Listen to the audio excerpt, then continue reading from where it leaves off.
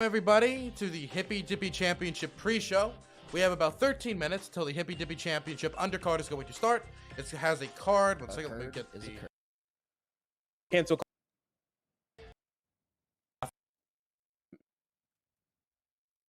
And then he came in. That it agree with. You got and YouTube channel. you all. I'm just kidding. Happy to have you all here. Let me just set up all the camera logistics, all of that. Thank you for choosing to spend your Friday night on the internet talking topics that you disagree on. As we know, that's all what normal, sane, reasonable individuals do. Absolutely. Even though I'm crazier, though, because I decided to drive 12 hours to go to Tennessee to just watch other people do it and host debates. So really, who's the real loser here? So I want to welcome you all. I'm going to allow you a little bit of time to introduce yourself. We'll go over some of the rules, and then we'll jump straight into it. So first, I'm going to start, as always, on my left. Connor, would you like to introduce yourself? Yeah, my name is Connor. I identify as centrist or center right. I run a YouTube channel named Counterpoints. You can type that in common spelling and you'll be able to find me. I'm a Marine veteran, law enforcement veteran, a science fiction, political, and philosophy nerd. I like arguing with everybody about everything all the time, which is why I love spending my Friday nights with Dylan Burns. You should as well. And thank you for having me, buddy. Sincerely appreciate being here. Happy to have you on. You did very well on the last panel you were on. Next, we're going to throw it over to Hunter Avalone. Hi, thanks so much, Dylan, for having me on. Just really quick, if it isn't too much trouble, if you could fix the spelling in your title. My Avalone. It is Avalone, like forever alone. But anyway, yeah, my name's Hunter Avalone, former conservative turned social democrat. Looking forward to talking politics today. Thanks again for having me on, Dylan. Happy to have you on, Hunter.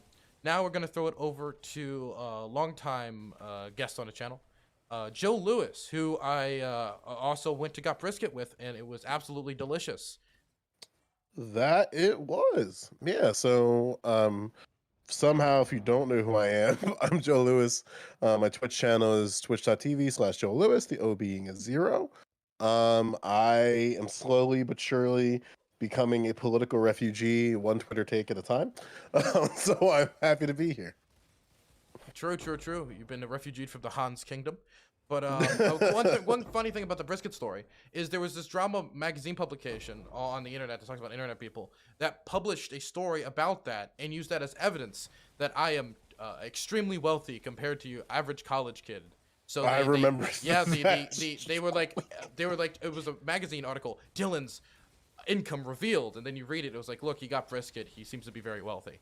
So we figured out the economy. If you just give poor people brisket, then they're wealthy. Happy to figure it out. Vad cara? Economics. Now we're going to bring it to a first-time guest. Happy to finally have them on. I've been wishing and hoping to have them on for the longest time. And Kat was very lovely and helped make the connection. Throwing it over to Gothix. Dylan, thank you so much for having me on your show. I will preface by saying debates are something that I normally don't do, but I will say that you guys are very persistent. So I am here, and thank you for reaching out. I'm looking forward to a very civil and delightful conversation. Happy to have you on, Gothix. By the way, I love your glasses. So, thank you so much. Here's the rules. The first rule, of course, is we don't break terms of service. That means no slurs, anything that would get our channel taken down.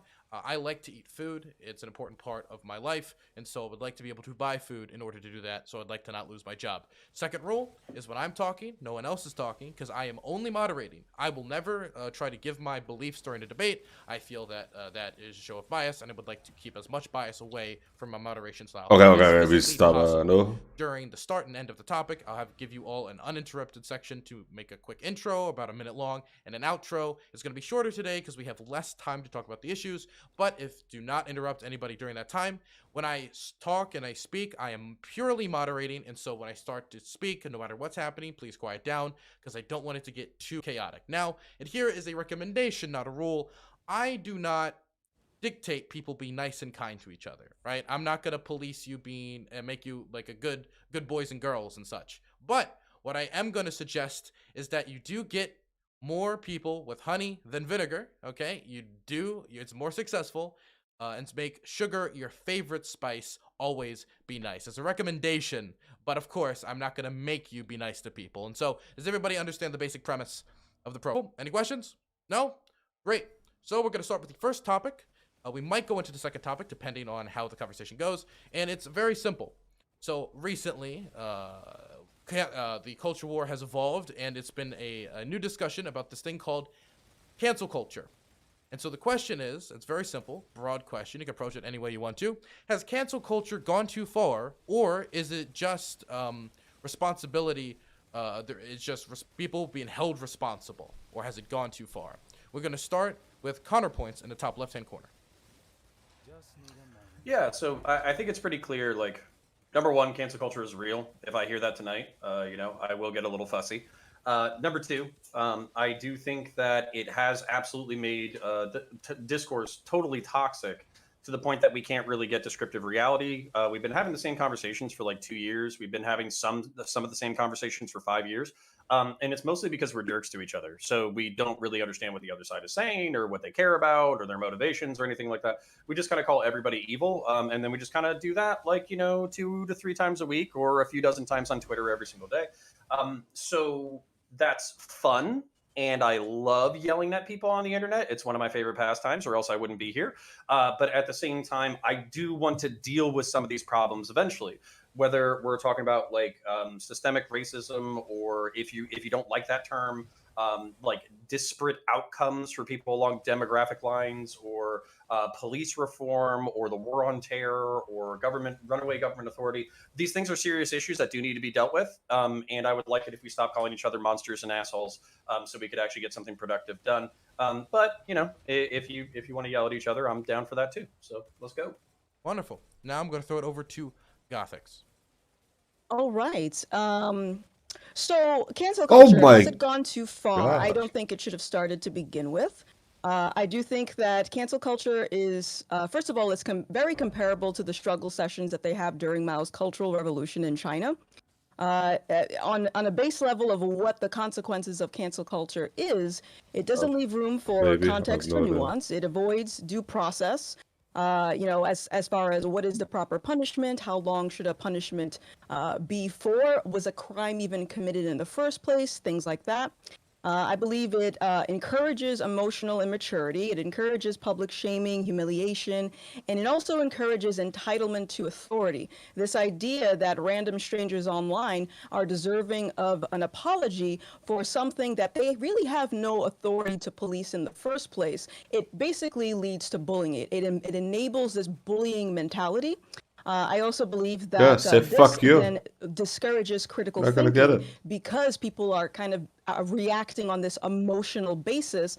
Now we get down to just seeing things for just black and white. Quite literally, black victim, white suspect equals something, a crime motivated by race. That lacks critical thinking to me. I also believe that this doesn't teach conflict resolution. It discourages civil discourse. And there's also no standard operating procedure for cancel culture. So to put this into context, it could be the result of cancel culture could be as simple as someone getting some mean tweets sent at them, or it could be as severe as someone losing their livelihood or them committing suicide because of the nonstop onslaught of emotional trauma. And also, I will say that canceling words are also an issue because that ties into political correctness, thus changing definitions and controlling speech. Cancel culture, to summarize, is a Marxist tactic. Okay. Also, Gothics, could you? There's a lot of reverb in your mic. Would it be any way for you to correct that? Oh, someone else told me that too. Hold on a second. Thank you very much. While you do that, though, we have other people who are going to do intros. Hunter Avalon, I want to throw it over to you. Yeah. Honestly, cancel culture, it is pretty cringy at the end of the day, let's be honest. I think that ultimately it can lead to a lot of harm on the general discourse, but I also think that we need to be willing to have a conversation about some of these issues without going the cancel them route. So for example, I think that there are a lot of people that want to feel special, they want to feel important, they want to feel like they're doing something.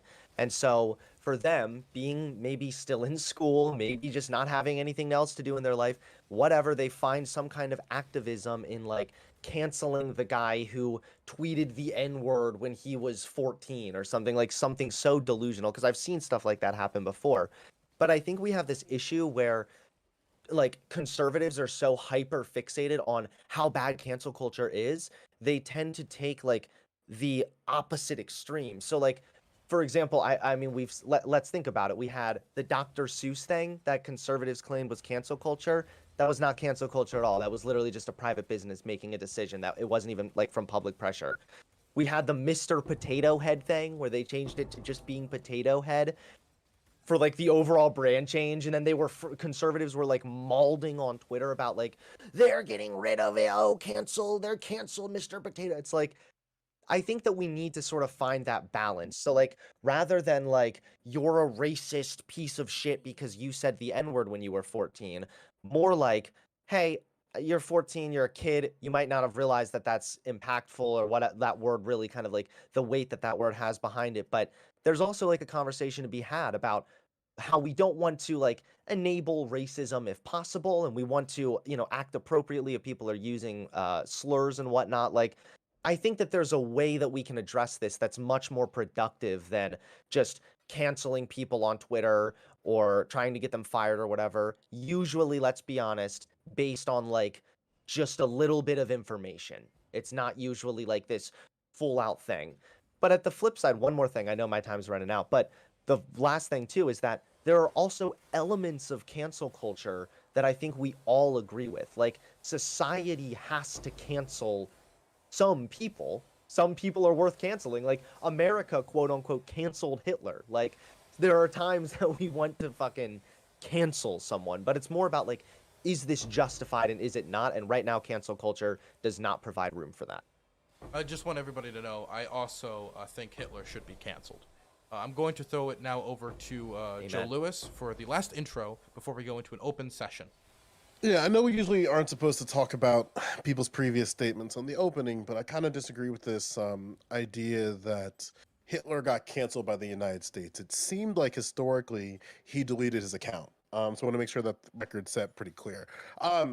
Generally speaking, with cancel culture and the culture war broadly, I think that the outrage, like, there's a few problems I have with it, generally speaking. And that is, the one thing off the top of it is that with the outrage, it's a very neutral phenomenon, right? Like, we had situations where that woman made a really insensitive Africa age tweet. She took a plane ride, came down, was already viral on Twitter. We also see situations like Kyler Murray, who basically just called people queers. That was all he said. And he was like maybe in high school when it happened, and then people tried to dig that up, and that ended up being its own little cycle. And we see situations now, literally on James Lindsay's Twitter, where he modeled a black and white Lego saying no to sexual grooming. Generally speaking, the pattern is clear, is that whether it be positive or negative outrage, those are the things that drive through algorithms so that people can see those things. And I think that social media sites like Twitter, Facebook, Instagram can do a better Fuck, job. I need to fix this item filter. Moderating content. The fuck? I can't see shit. So it's essentially consistent with their terms of service. Another thing that I think is very egregious about it, as we're seeing in Loudoun County, is that when a situation goes viral, things that are just clearly false, because it gets pushed enough, can end up being part of a discourse that it doesn't belong with. What I'm alluding to with Loudoun County is that a student was sexually assaulted in a bathroom.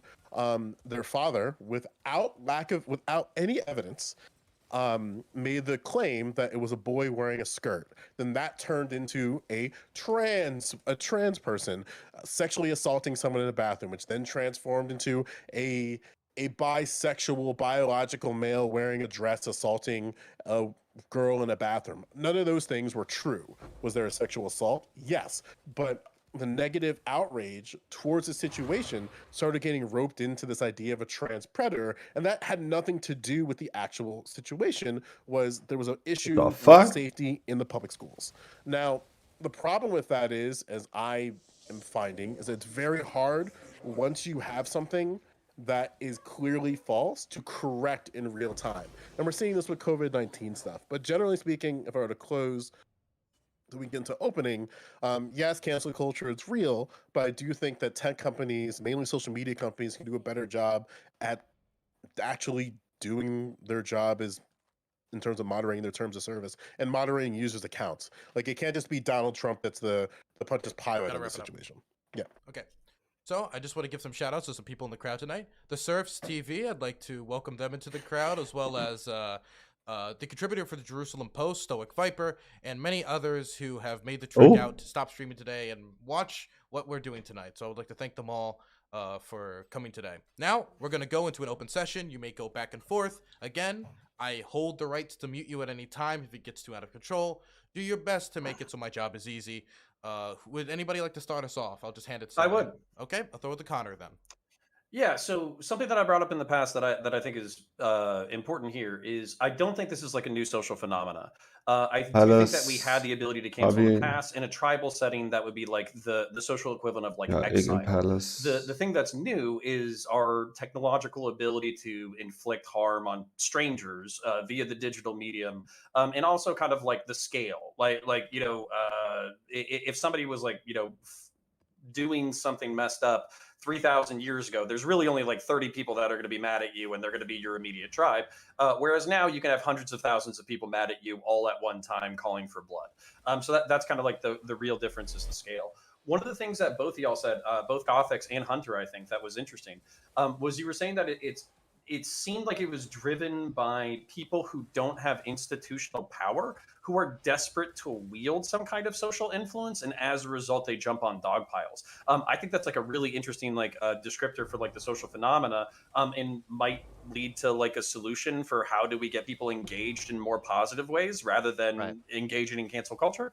And then I did want to concede to Joe, for instance, like the conservative misidentification of cancel culture. Mr. Potato Head going non-binary probably wasn't cancel culture, although that might have been Hunter. But then the other thing about that too is how do we keep fucked up stories from spreading so quickly, and then how do we correct the record in such a way that people basically stop being violently shitty. Unfortunately, I spent some time on Twitter today, and people were insisting that it was their moral right to be violently shitty because the person deserved it. And I don't understand how that attitude carries towards anything positive in the future, especially when it's encouraged by some of our people.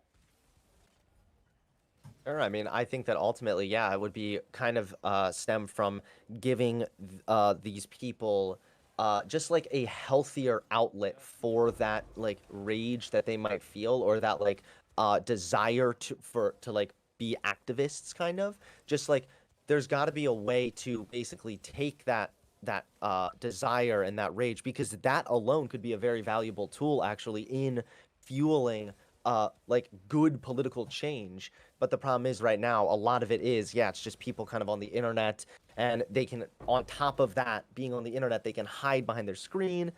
It gets really easy to just start attacking anyone for any reason. So I definitely agree with that. Yeah, I think that there would be a way we would have to kind of look at ways to provide a healthier outlet. But I don't know. I think that it's just, I guess, Connor, you said that you agree with the idea that like conservatives are a little bit over the top with what they're calling cancel culture. I think it can be misidentified sometimes, right? Like, so for instance, like cancel culture to me definitionally would involve some kind of like mob, or people coming after your job or your employment, some kind of social pressure might be misapplied, and people basically trying to ruin your life and dogpiling you because you did something wrong, some kind of social faux pas, some kind of etiquette slip, or some kind of like a transgression against, like, from a conservative standpoint, for instance, Joe brought up that news story where it's like, hey, that this person fucked up and somebody misapplied it in a way to probably intentionally make it go viral. And then same thing with basically getting dogpiled on Twitter or whatever. It's like not everybody is caught up on the social norms du jour. And I think that's kind of like the frustration from a conservative standpoint is you can assert something that was like perfectly normal like 5-10 years ago, and it's like, hey, fuck you, you piece of shit, I hope you lose your job. And then that can obviously spiral into some super negative shit.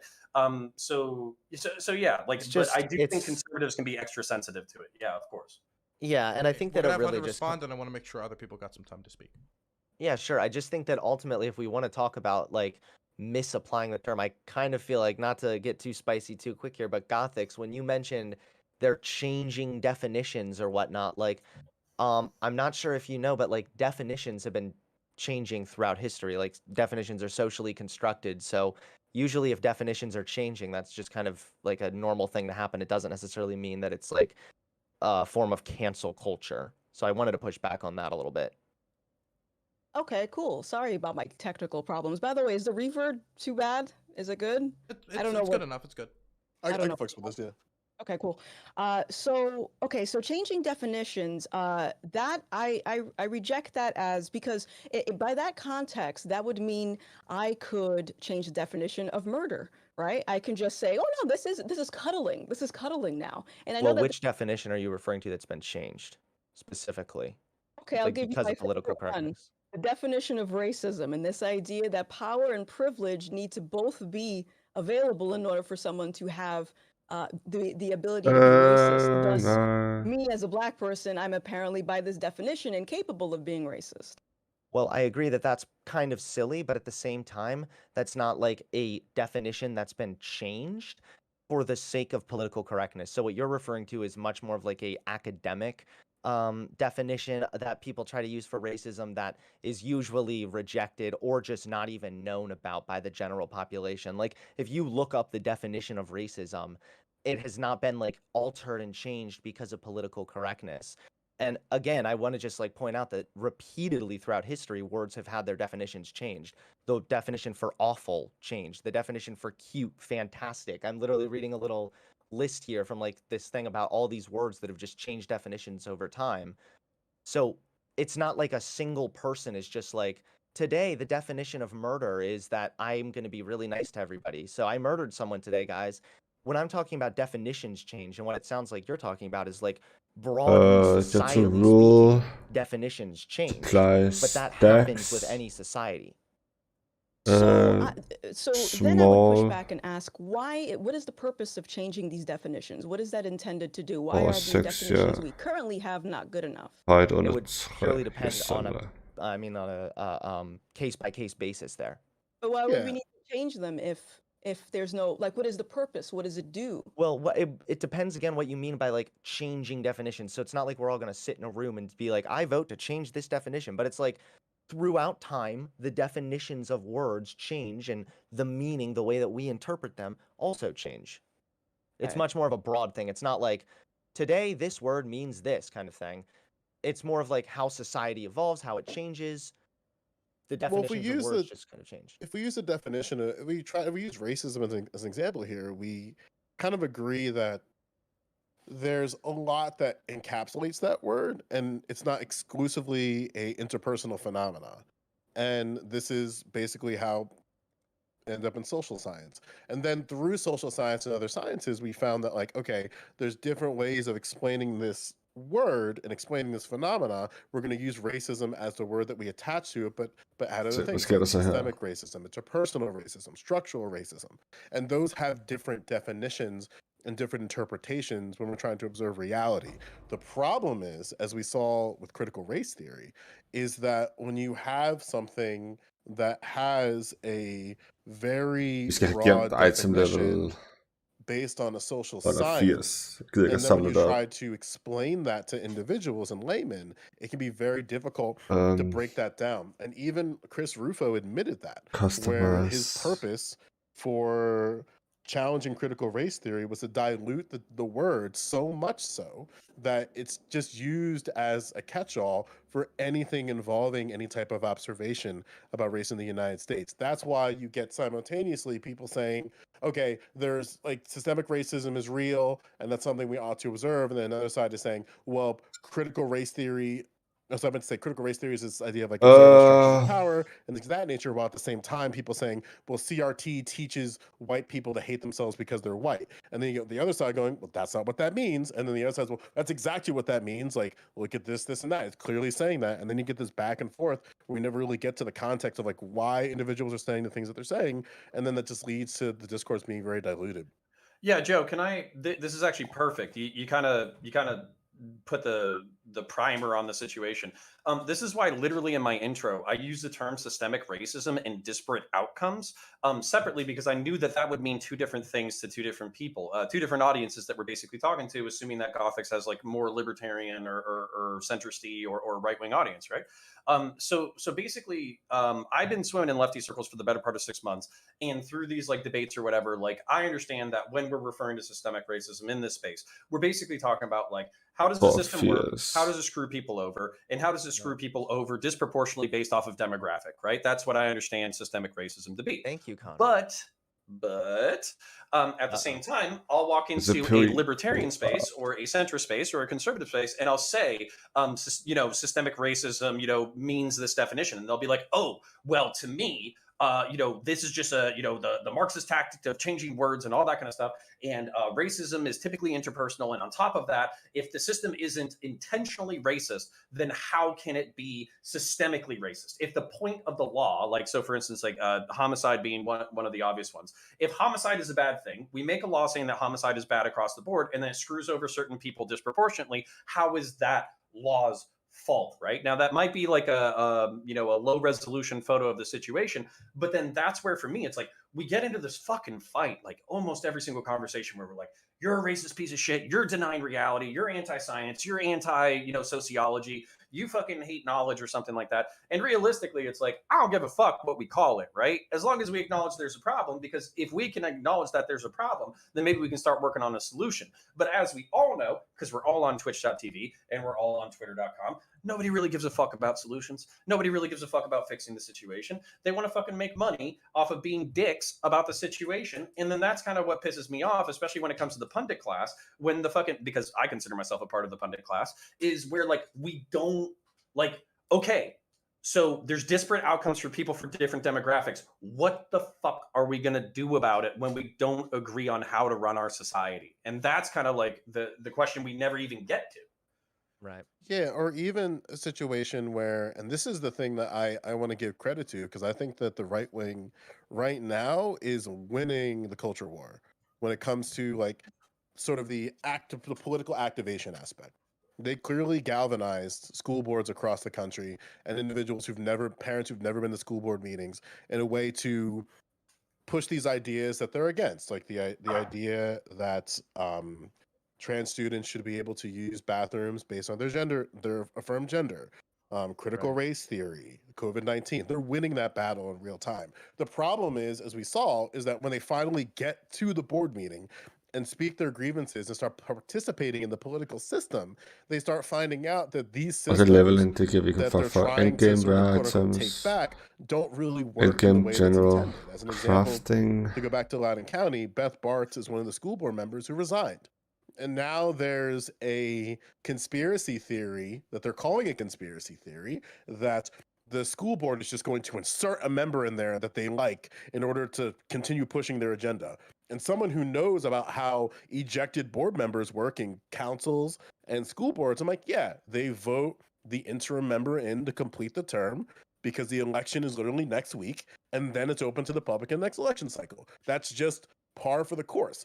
And now they're painting that like the school board is so corrupt that they're just going to insert another person that they like. And it's like, of course they're going to do that. If you're in a school board, you want someone in place to make sure they can continue the interim term and then leave it open up to the people to vote again. That's just common procedure. But the lie is that, which has a hint of truth to yield some ground here, is that of course they're going to fill that position with someone they feel is competent, but Alright, it's not some cabal that they're going to just shadow do it. Like, it's open to the public, but it's pretty much implied that the person that they want is already tapped. Okay. Gothics, you haven't had a time to speak in a while. I want to make sure if you want to, you have a chance. Well, first of all, how's my mic? Your mic sounds perfect now. Yeah, all right, cool. That was my fault. User error. Okay, so I want to So, circle back really quick. okay. I don't remember who said it. It could have been Hunter or Joe. Well, obviously, because you're both on the other team. But someone said something about like the situation with Mr. Potato Head and the cancellations of.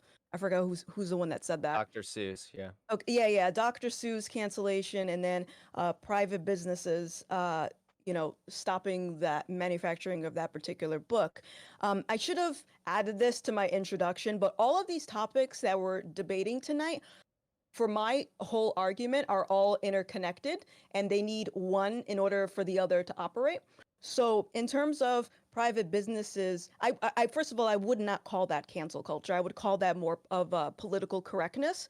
But I would say that in that scenario where Dr. Seuss, they pulled a book off the shelves, they said, we're not going to offer that anymore. Yes, it is a private business, but the question is, how did that business come to that conclusion? It was by mob rule. It was by social pressure. So I don't even believe there was any controversy actually at all involving the Dr. Seuss thing. There was only controversy after it was actually the foundation, the Dr. Seuss Foundation, his family, the person who had legal trust of his works, decided that with the COVID-19 things and with the uptick in hate crimes against Asian Americans, they didn't really like the fact that one of the lesser known Dr. Seuss books had some like pretty outdated depictions of Asian individuals. This was a decision made by the company that this was not mob rule. And the same thing with the Mr. Potato Head thing. They didn't even make him, that wasn't political correctness. They didn't change him to anything. All that they did was change the brand name to Potato Head because it's an umbrella name for Mr. Potato Head and Mrs. Potato Head. That's all that happened. But again, it's a perfect example of how when it comes to the cancel culture thing, or with the conservative side, I guess the outrage about cancel culture, it all seems to be based on like very little knowledge of the actual situation. Well, can I respond? Am I allowed to do that? I don't yes. know. Okay, cool. So in terms of the business and the foundation coming forward, I checked. I forgot what site it was, but you can check how many books are purchased, and those particular books that they had taken off the shelves hadn't been purchased in years. So Why does this it matter? is. Well, like I said, it's all interconnected. So in terms of we need to call this book out, we need to stop selling this book. Well, no one was talking about the book. So my question is, what is the purpose of calling it out? But I saw the internet outrage. So I know that was connected to that decision to take it down. As far as the Mr. Potato Head, well, first of all, the previous, that is a form of political correctness, and the other, where Mr. Potato Head, that is a form of indoctrination. Again, another Marxist tactic. How is that Well, indoctrination? let's let her finish. She said it. Let's let her expand. Sure. So Kind of interested too. I think someone mentioned in here critical race theory. They also have this idea of queer theory in academia. They have other things like anti-racism. And if you actually read the text, all it is political correctness. It is enforcing identity politics, which is basically having you obsessed with immutable characteristics, nothing based on your merit, your values, your beliefs, your qualifications, nothing like that. So yeah, that's pretty much it. The Mr. Potato Head is just adding to the. Well, I need to there's push back. something- No. Sorry, Sure. I gotta push back against that hardcore because that's just factually incorrect in every conceivable way. So no, this is not some indoctrination of queer theory. I'm literally reading here right now from AP News just because I wanted to double check because I did a video on it a while ago. All they did, it was announced today that the Potato Head brand name and logo are dropping the Mr.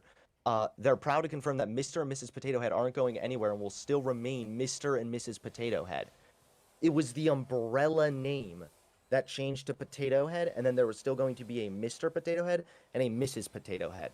There was not a non-binary Mr. Potato Head introduced here. Like, this is not indoctrination, and if that would be like such a reach to claim it was. Okay. I think that there's something to that, though. Thank you for agreeing.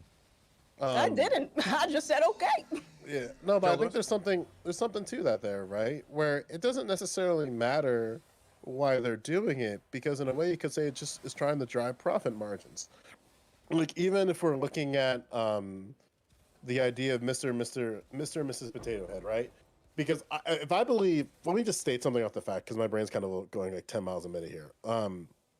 I believe that these companies don't give a shit about civil rights issues, political issues, social justice issues. I think they don't give a fuck. They give a shit about profits. And anything that is going to fuck with Hvorfor? their money or help drive their money, they're going to do that. So now on one Hvorfor blev den her hand, fikset igen? are there companies that do things with good intent? Mm. Absolutely. Og But in as Gothic's laid out here in the point of Dr. Seuss is that sure, you can retire Scrambled Egg Super, you can retire the Cat's Quizzler, you can retire If I Ran a Zoo, but once you retire those books and give a reason as why you're retiring those books, there's going to be a desire from individuals to buy out that product where available.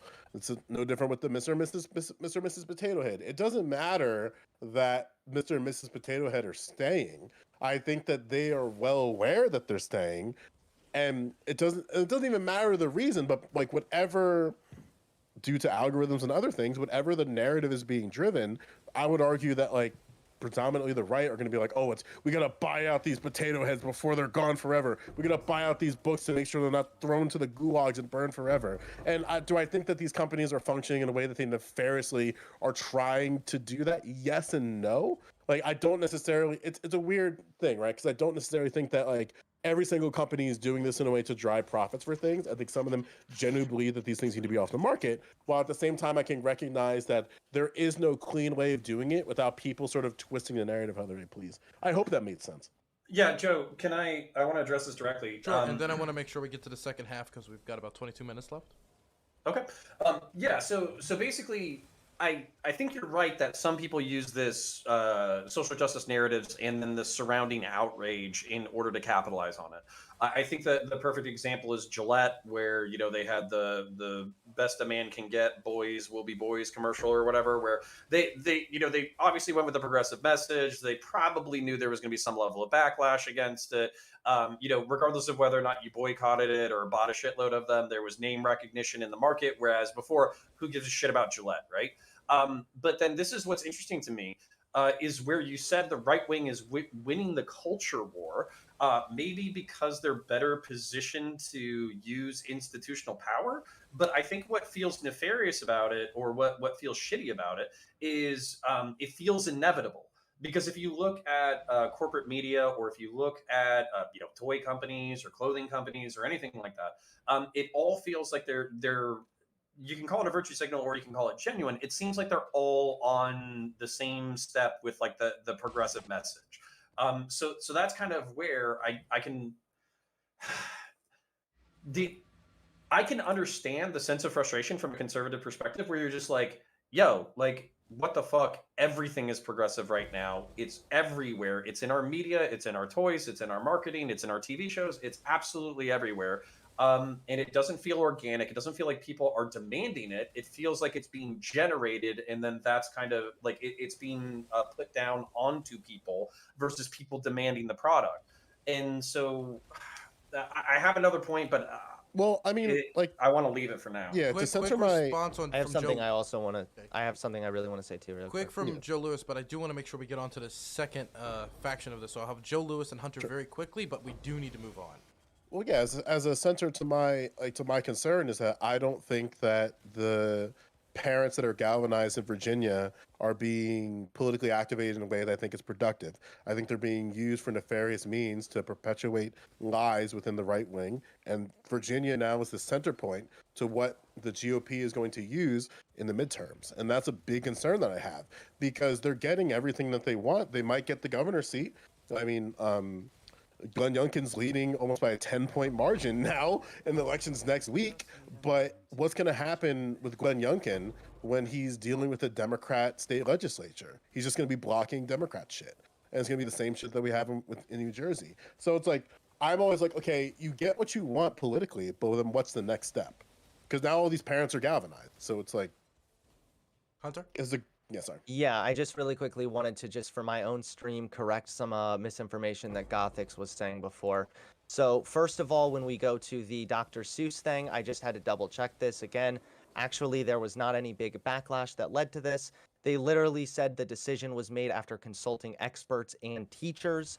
Lastly, I looked it up, and after they actually canceled those books, multiple Dr. Seuss books that were quote unquote politically correct actually spiked, and the company made a fuck ton more money solely off of just like the controversy, and some people liked it, some people didn't. But either way, this was proven to be a beneficial business move at the end of the day also. So just wanted to correct that misinformation. We can go on to the next topic. Well, I do want to make you called out Gothic, so I want to make sure that if she wants the time to respond, she can. Oh, hold on. So first of all, we're debating the semantics. We're debating the definition pretty much. We're debating what occurred versus not looking at the consequence. All I'm asking is what is the purpose of canceling these things? If it's old stuff, it was made in the 1950s and nobody reads this book, like what is the purpose of canceling? There's a point to this. They already gave the purpose though. They said the purpose was and you because believe them. well, yes, because I don't live in delusion. But yeah, so they said that they thought that the books were hurtful and that they portrayed people that were wrong, and that in the midst of the controversy with the COVID-19 thing completely made sense. Again, this benefited the company, so we know the reason, and we also know it wasn't because of anything to do with a mob, but it was a decision that was made after consulting experts and teachers. I'd be happy to send you this BBC article if you want. I don't know, do you not trust the BBC? I don't know. No, thank you. You can keep your article. You can continue, Dylan. Okay. We're gonna go into the next topic, and it is on identity politics. The question is simple: do you believe identity politics pushes people towards extremism? It's specific. I can't wait for this someone one. brought in your answer. You can be. I'm gonna go with intros. We're gonna start with Gothics this time in the top right-hand corner. All right. So as I was saying before, all of these topics tonight are going to be interconnected. So in terms of identity politics, it is exactly identical to what occurred under the Cultural Revolution of Mao Zedong, where people, well, by the way, millions upon millions of people died. I just have to add that. Individuals were classified within 5 classes of red and 5 classes of black, according to their wealth and class status before the revolution. Identity politics purposely neglects diversity of thought to push specific political gains by the facilitation of social justice.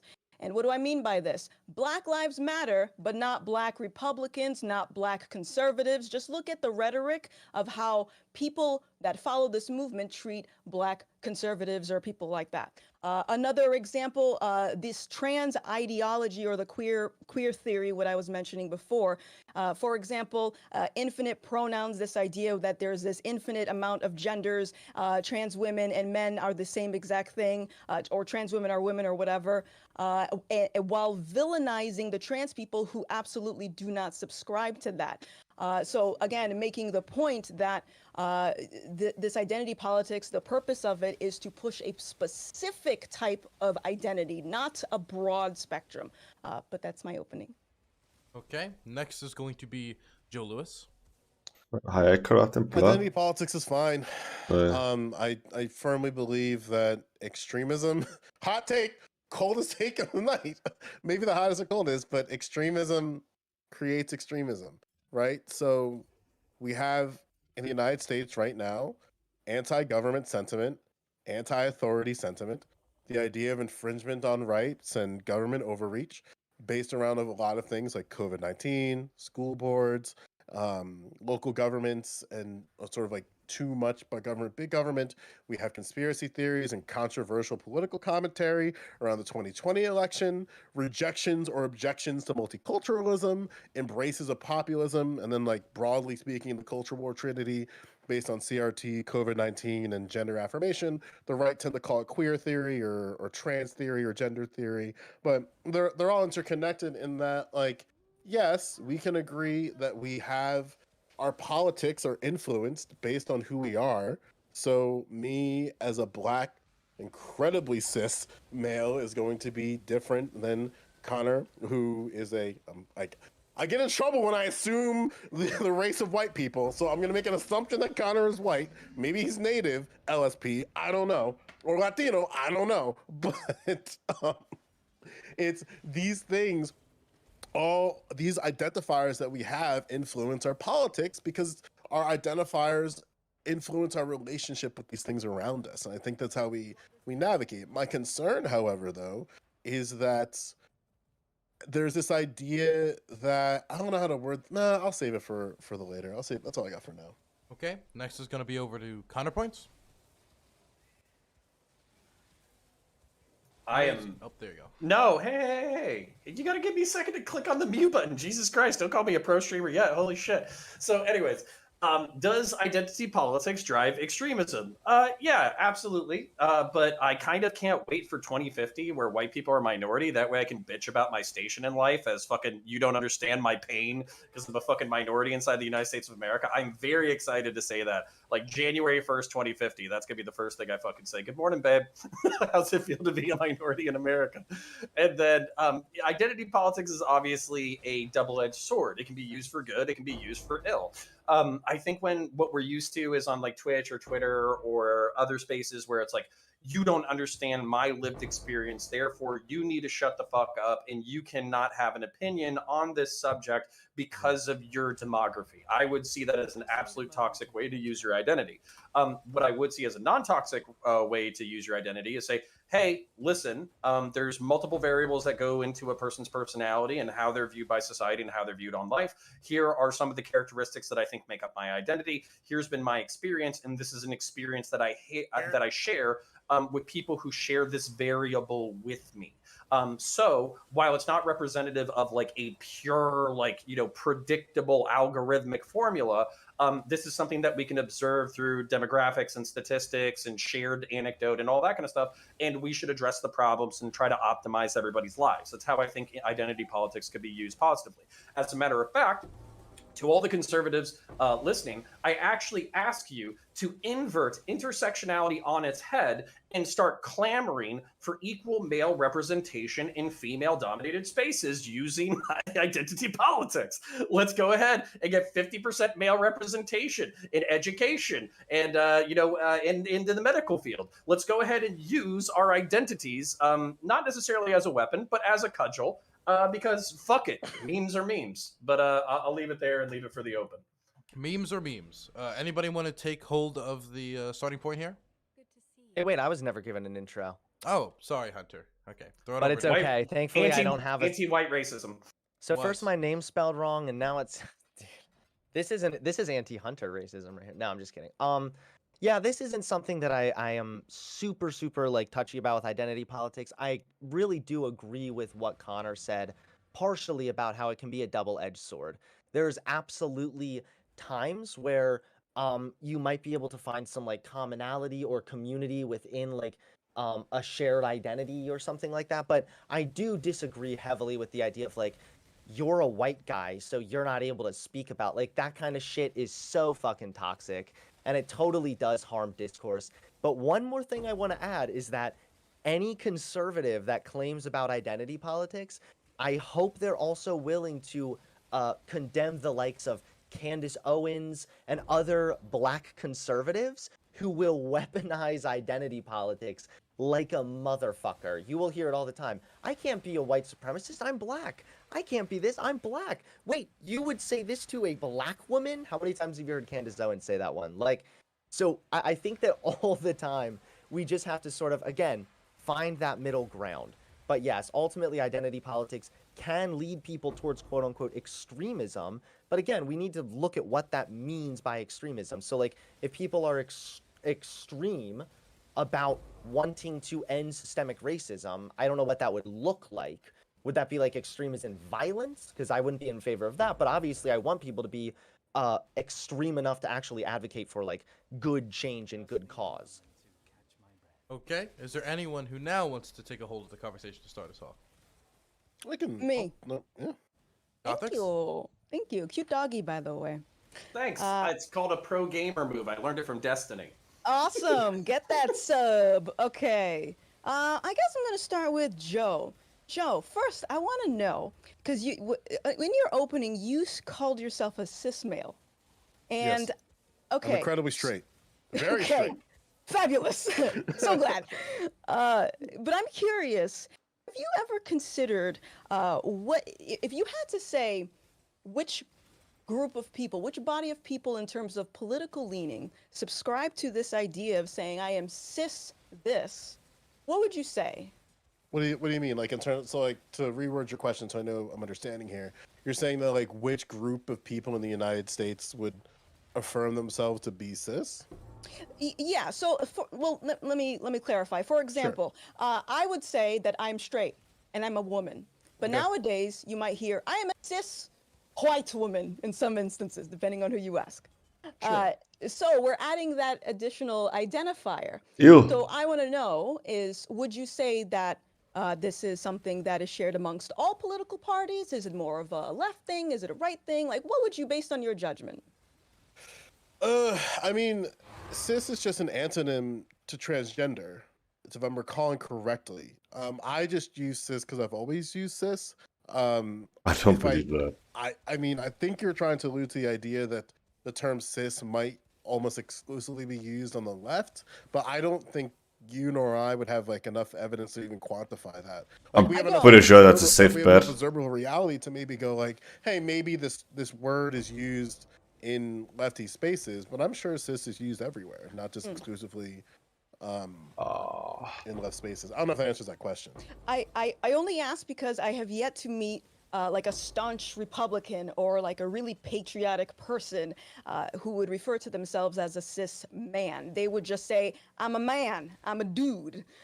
So that's what I'm Yeah. getting at because I believe that type of language ties into the queer theory where it pushes a very specific political narrative.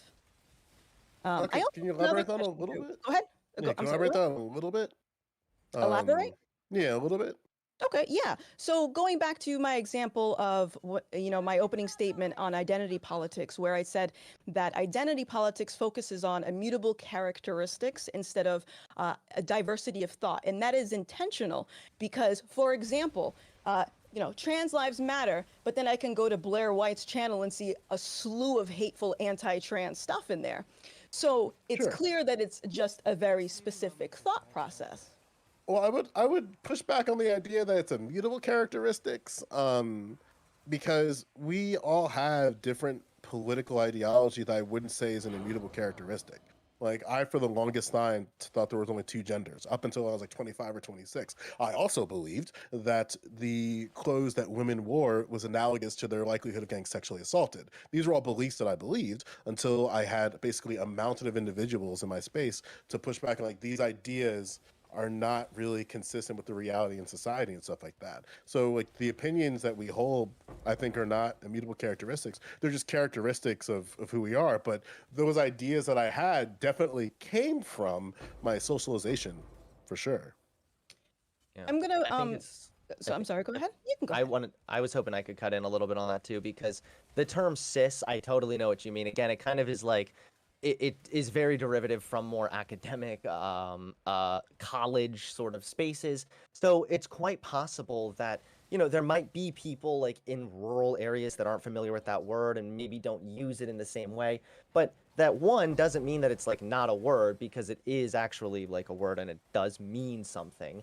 But also everybody That wasn't her has their point own though, but I get labels why and you ways would that they say identify that. themselves. So like some people call themselves conservative, some people identify as Christian, some people identify as politically homeless. Like these identities, these labels are across the board. It's just that maybe you'll see people in lefty spaces who, since they have an understanding of like what cis means, they would just be like, yeah, I describe myself as cis. Whereas people over on the right might be like, well, I describe myself as like a Christian nationalist who like, they have their own labels and ways of identifying also.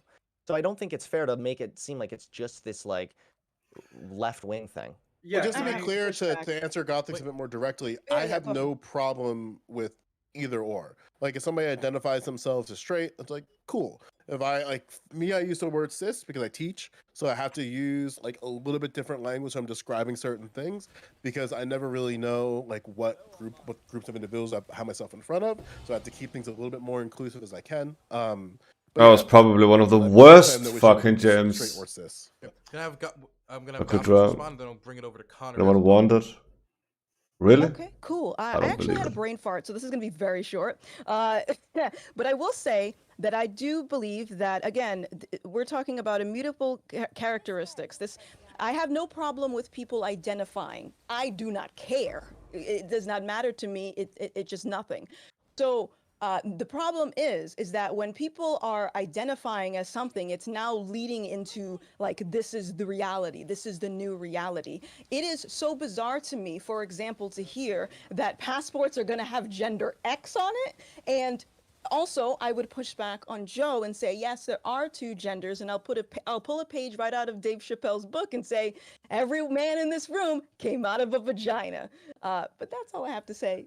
And that I would be can- conflating well, sex I and was- gender, I by the can way. give y'all more Connor. fuel. Here we go. Let's party. All right. Yeah. So number one. So just keep that in your mind because I'm probably going to add a little bit to it, but hopefully I can be a little bit give you some more to sink your teeth into. All right. So number one, conservatives politics weaponizing their identity.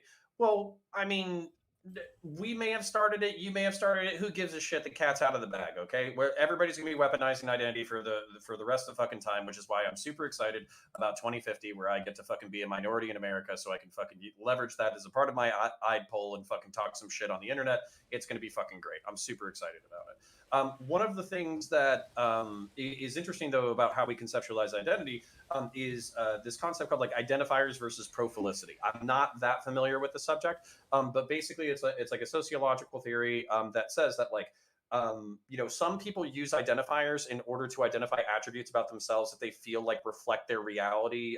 If you're talking about like biological sex, or if you're talking about skin tone, or if you're talking about racial categorization or something like that, they feel like there's something that's describing something that exists in the world.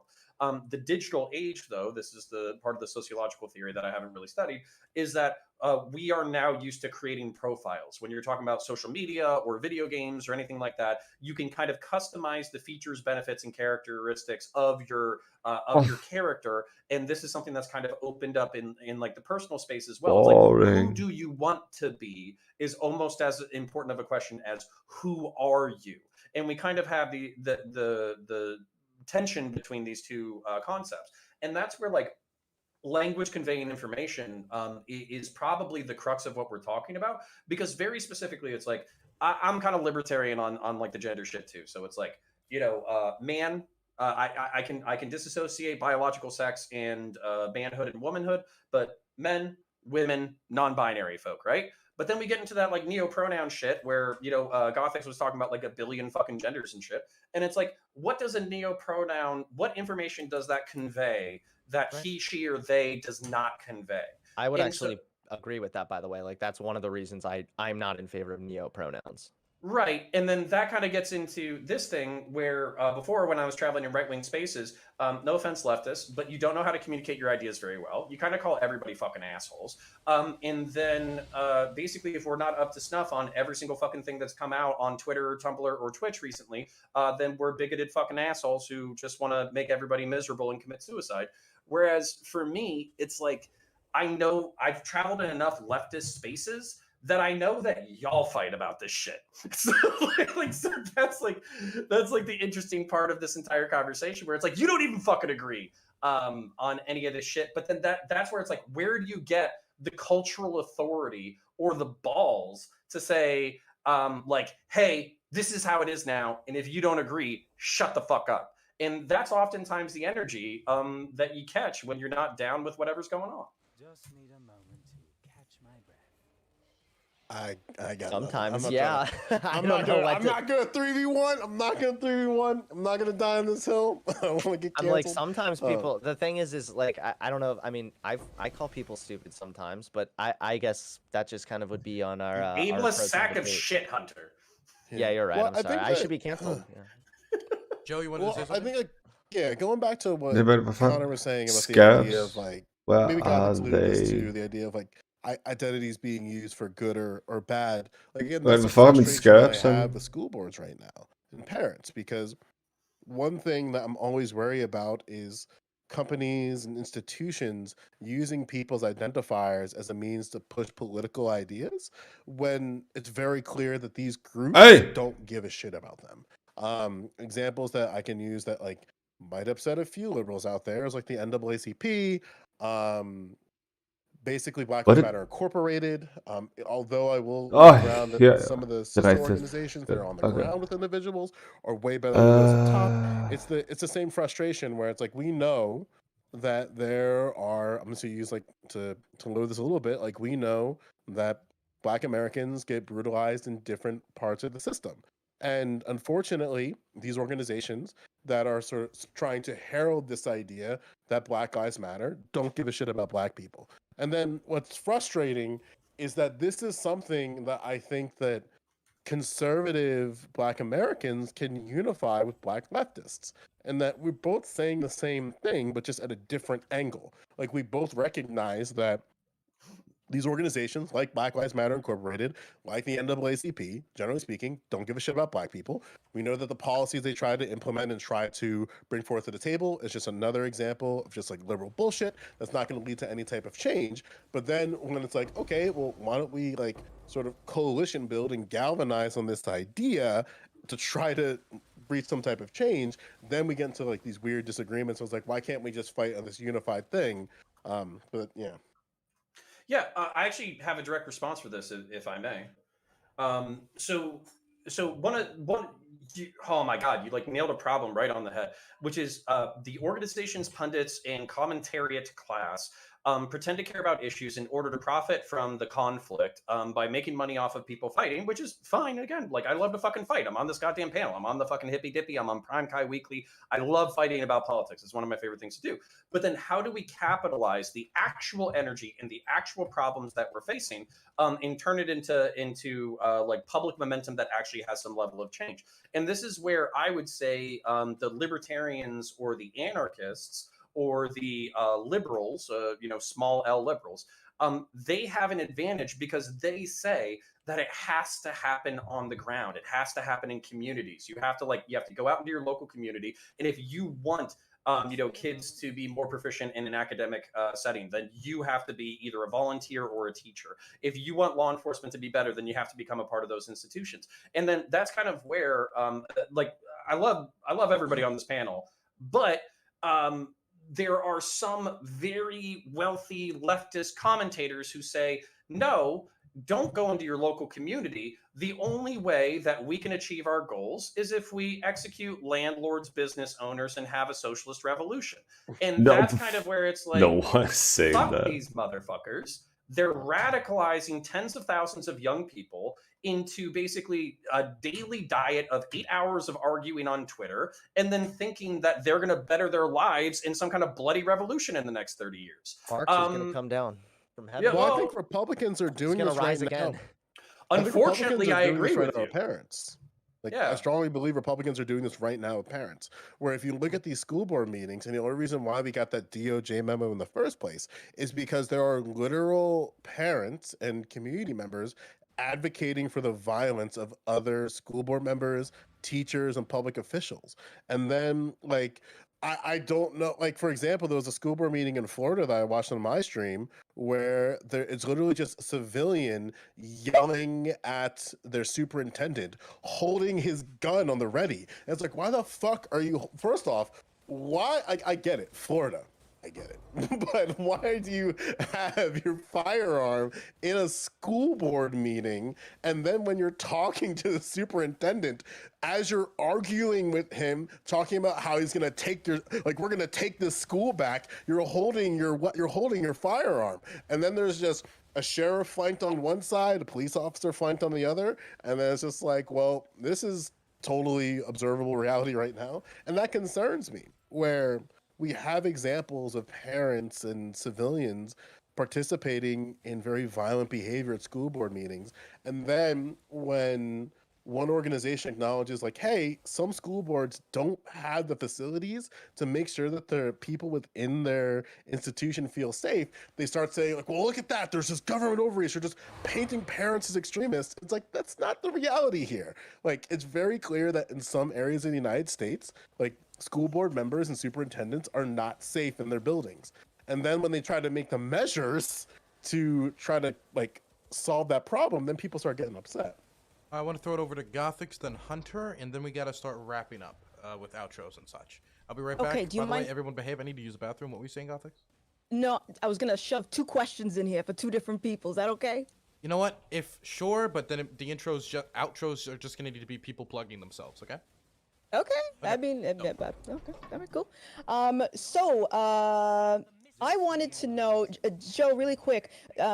So you're mentioning the school board and how their safety is on the line, and parents are really going after them. I'm just curious. Do you know why they're going after the school board? Because I'm a very analytical person, and I like to understand the why. COVID-19, gender affirmation, and CRT. Okay. Period. Do you understand in terms of I can sympathize, or are you like, hold, these parents are nuts? I can't sympathize. I sympathize with them in a few reasons.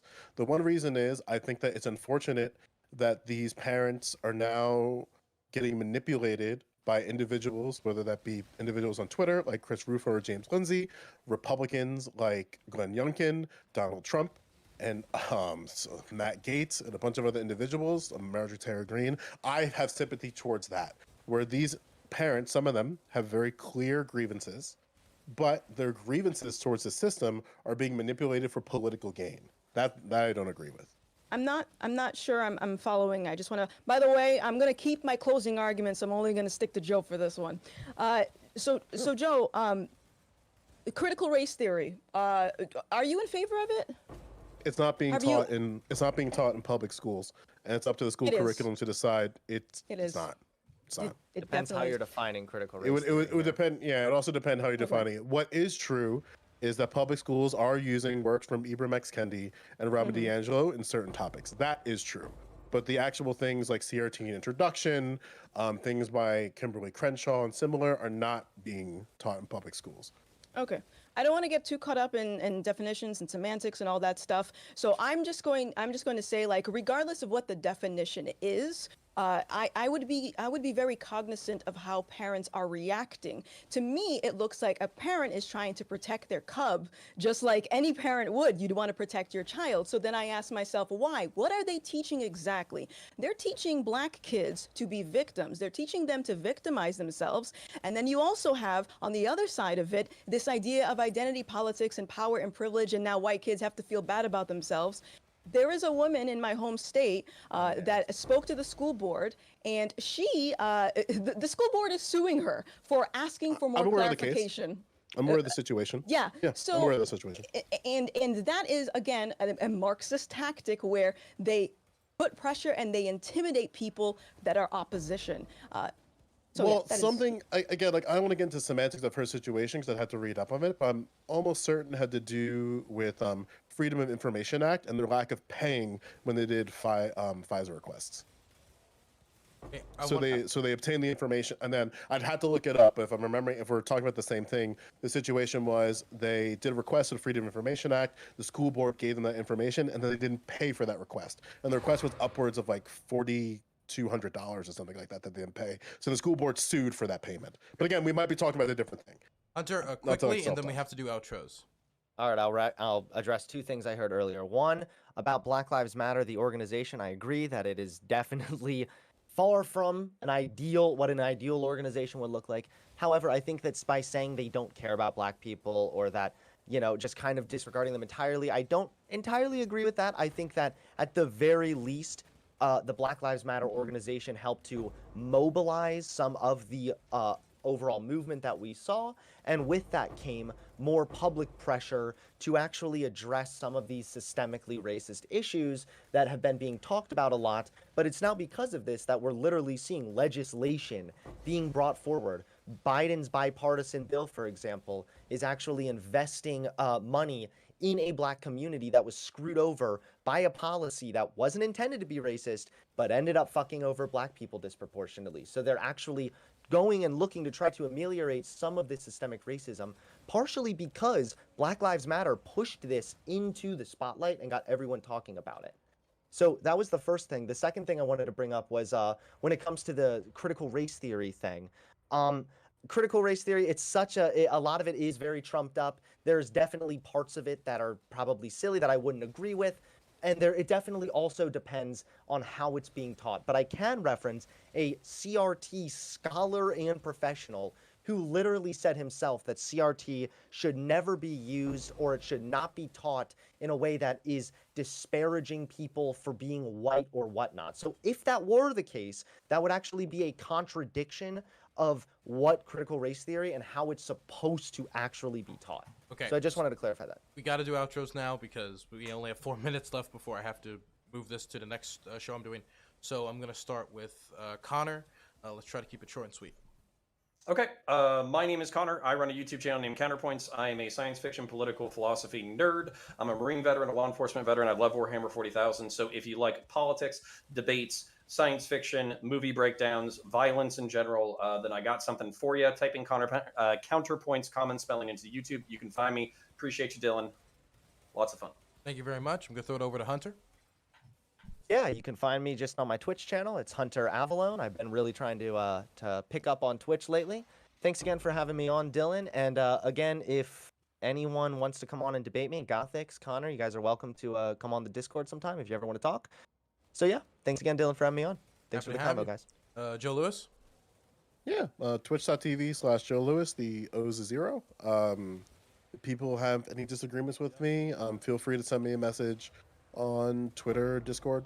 I'm always open to have conversations moving forward. So yeah, thanks for having. Also, Gothics, movie recommendation. It's hot garbage, but it's a low-key banger. Malignant just came out. That movie's actually awesome. I love that one. That was terrible. I was so No, angry. it's all. All Oh, right. we guess we can fight. There was so much Marxism in that one for me. My turn? Gothics. Yep, it is your turn. Okay, cool. Thank you so much for having me. This was very nice. I enjoyed this little back and forth. You can follow me, Gothics TV, on YouTube and on Twitter.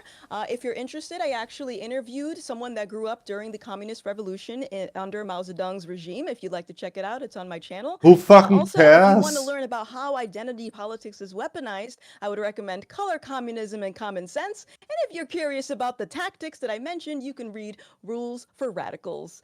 And that's it. Sololinsky.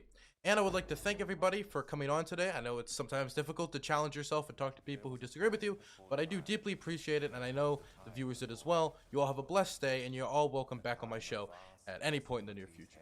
See you guys later. Bye. Yeah, take care. Oh. Get out of here, Joe. Get out of here. Thank you. Denabo, you can bring in the commentators as we do a short intro before the next program. 1 second, I need to...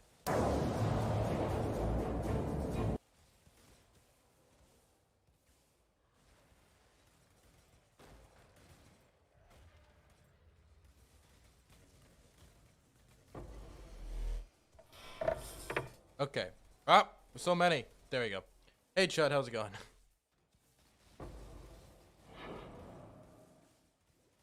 Chud?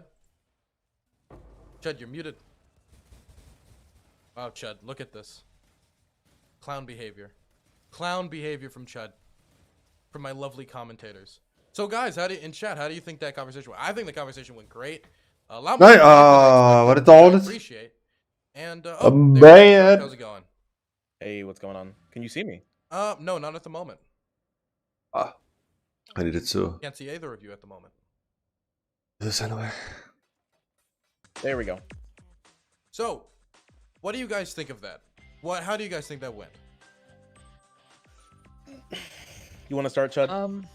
Yeah, sure. I think that, yeah, I think kind of what I thought at the start kind of played out. Counterpoints was kind of the wild card to a degree. I don't think he went along quite as far as Gothics went with some of her points.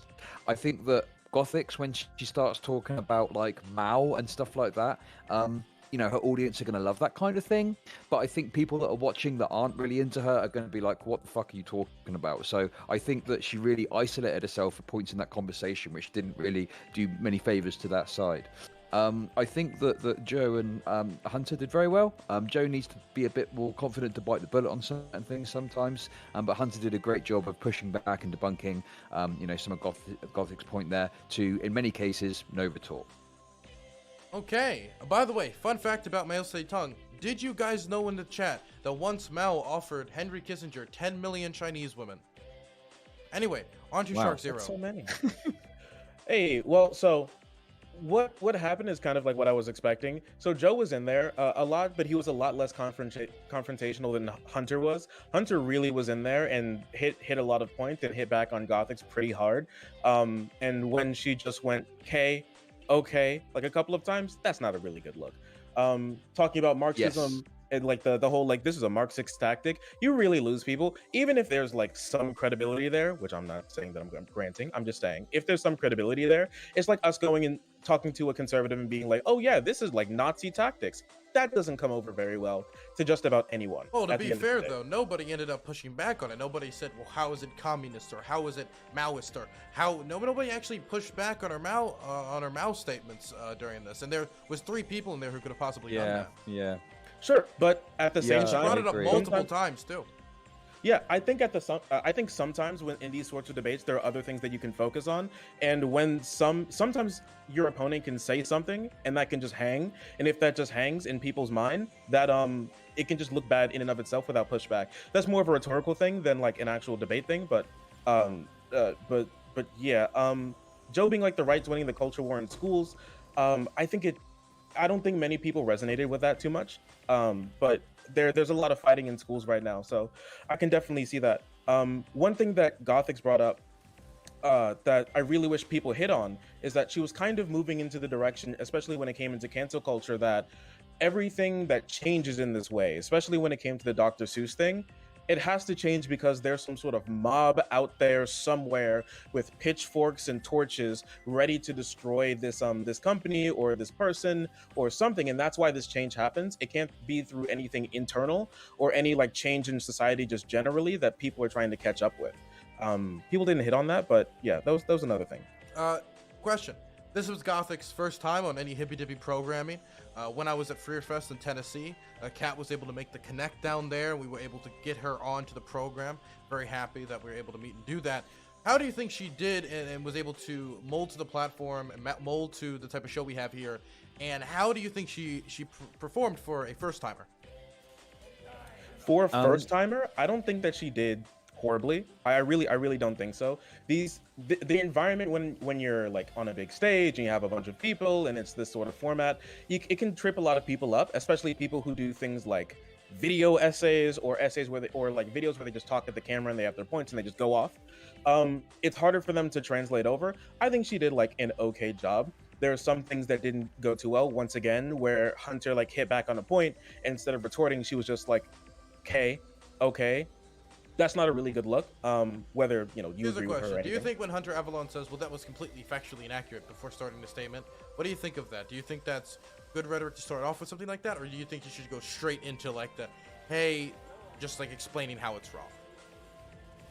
I think it can be I think it can be good rhetoric, but here, Chud, you can go. Chud? I've been talking a lot. Yeah, no worries. Yeah, I think that, to be honest with you, I think that was good, and I think that in this kind of environment, you're better to go harder on Gothix, because like I'm trying to be as unbiased as I can here, but in reality, if you started to ask Gothix, okay, can you quote or tell me when Mao said X, Y, and Z that backs up what you're saying, or you keep saying it's Marxist, can you point me to what Marxist text you think backs up what you're saying? She's going to start to crumble very quickly, and those moments that you're talking about where she's going and backing down, like she does it in such a way as to still ingratiate with the audience the idea that she's like, Hunter's saying there's a BBC article, she's saying keep your article. It looks like a loss to most people, but to an audience, they're probably going to really enjoy that kind of, mentality, if you like. I think more moments like that, though, would really start to sort of, disintegrate maybe some of the trust even within her own audience. If every time she's pushed on something, she doesn't have an answer. So I think there definitely could have been more of that and more aggression, I think, from the lefties. one last question before we get into the show that's about to happen, the main event, the show that everybody has been waiting for, which is going to be Destiny versus Infrared over the topic of should people vote for Democrats on the topic of electoralism. Quick question. Both of you had questions about how Connor would fall on the political spectrum in this debate, since many times he straddles the line. Do you think, how do you think how he did compared to your predictions? You can go, Chad. Okay, sure. To be honest with you, I think that I think Connor was acutely aware that he didn't want to get into like a 3v1 situation. And I noticed points when Gothix was speaking and Connor was noticeably quiet. So I think his strategy, I thought maybe he'd side a bit more with like the lefties in certain points. And I think maybe he tried to build a few more bridges. But generally, I think he just kind of stayed quiet when Gothix was talking and kind of didn't go along with her, rather than push back against her. So I think he played quite a smart game in order to avoid disintegrating the relationship between himself and Gothix, which is always a bad look on these sorts of panels. Yep. And Shark, quickly before we talk about the main event. Sure. I think Connor, like Chud said, kept his mouth shut. A lot of the times when there was a lot of back and forth between Gothix and like Hunter or Joe, and I feel like she was kind of like left by herself a little bit. At the same time, I'm not sure necessarily what he was thinking there. He definitely didn't want it to be like, oh, I'm ganging up on my teammate in these certain things, but I think he played about what I was expecting. Acquiesce on some points and go hard on others. Okay. Now, the Hippy Dippy Championship. Destiny, in the controversial decision, was decided to be the Hippy Dippy Champion after Vosh vacated the title due to inactivity in the ring.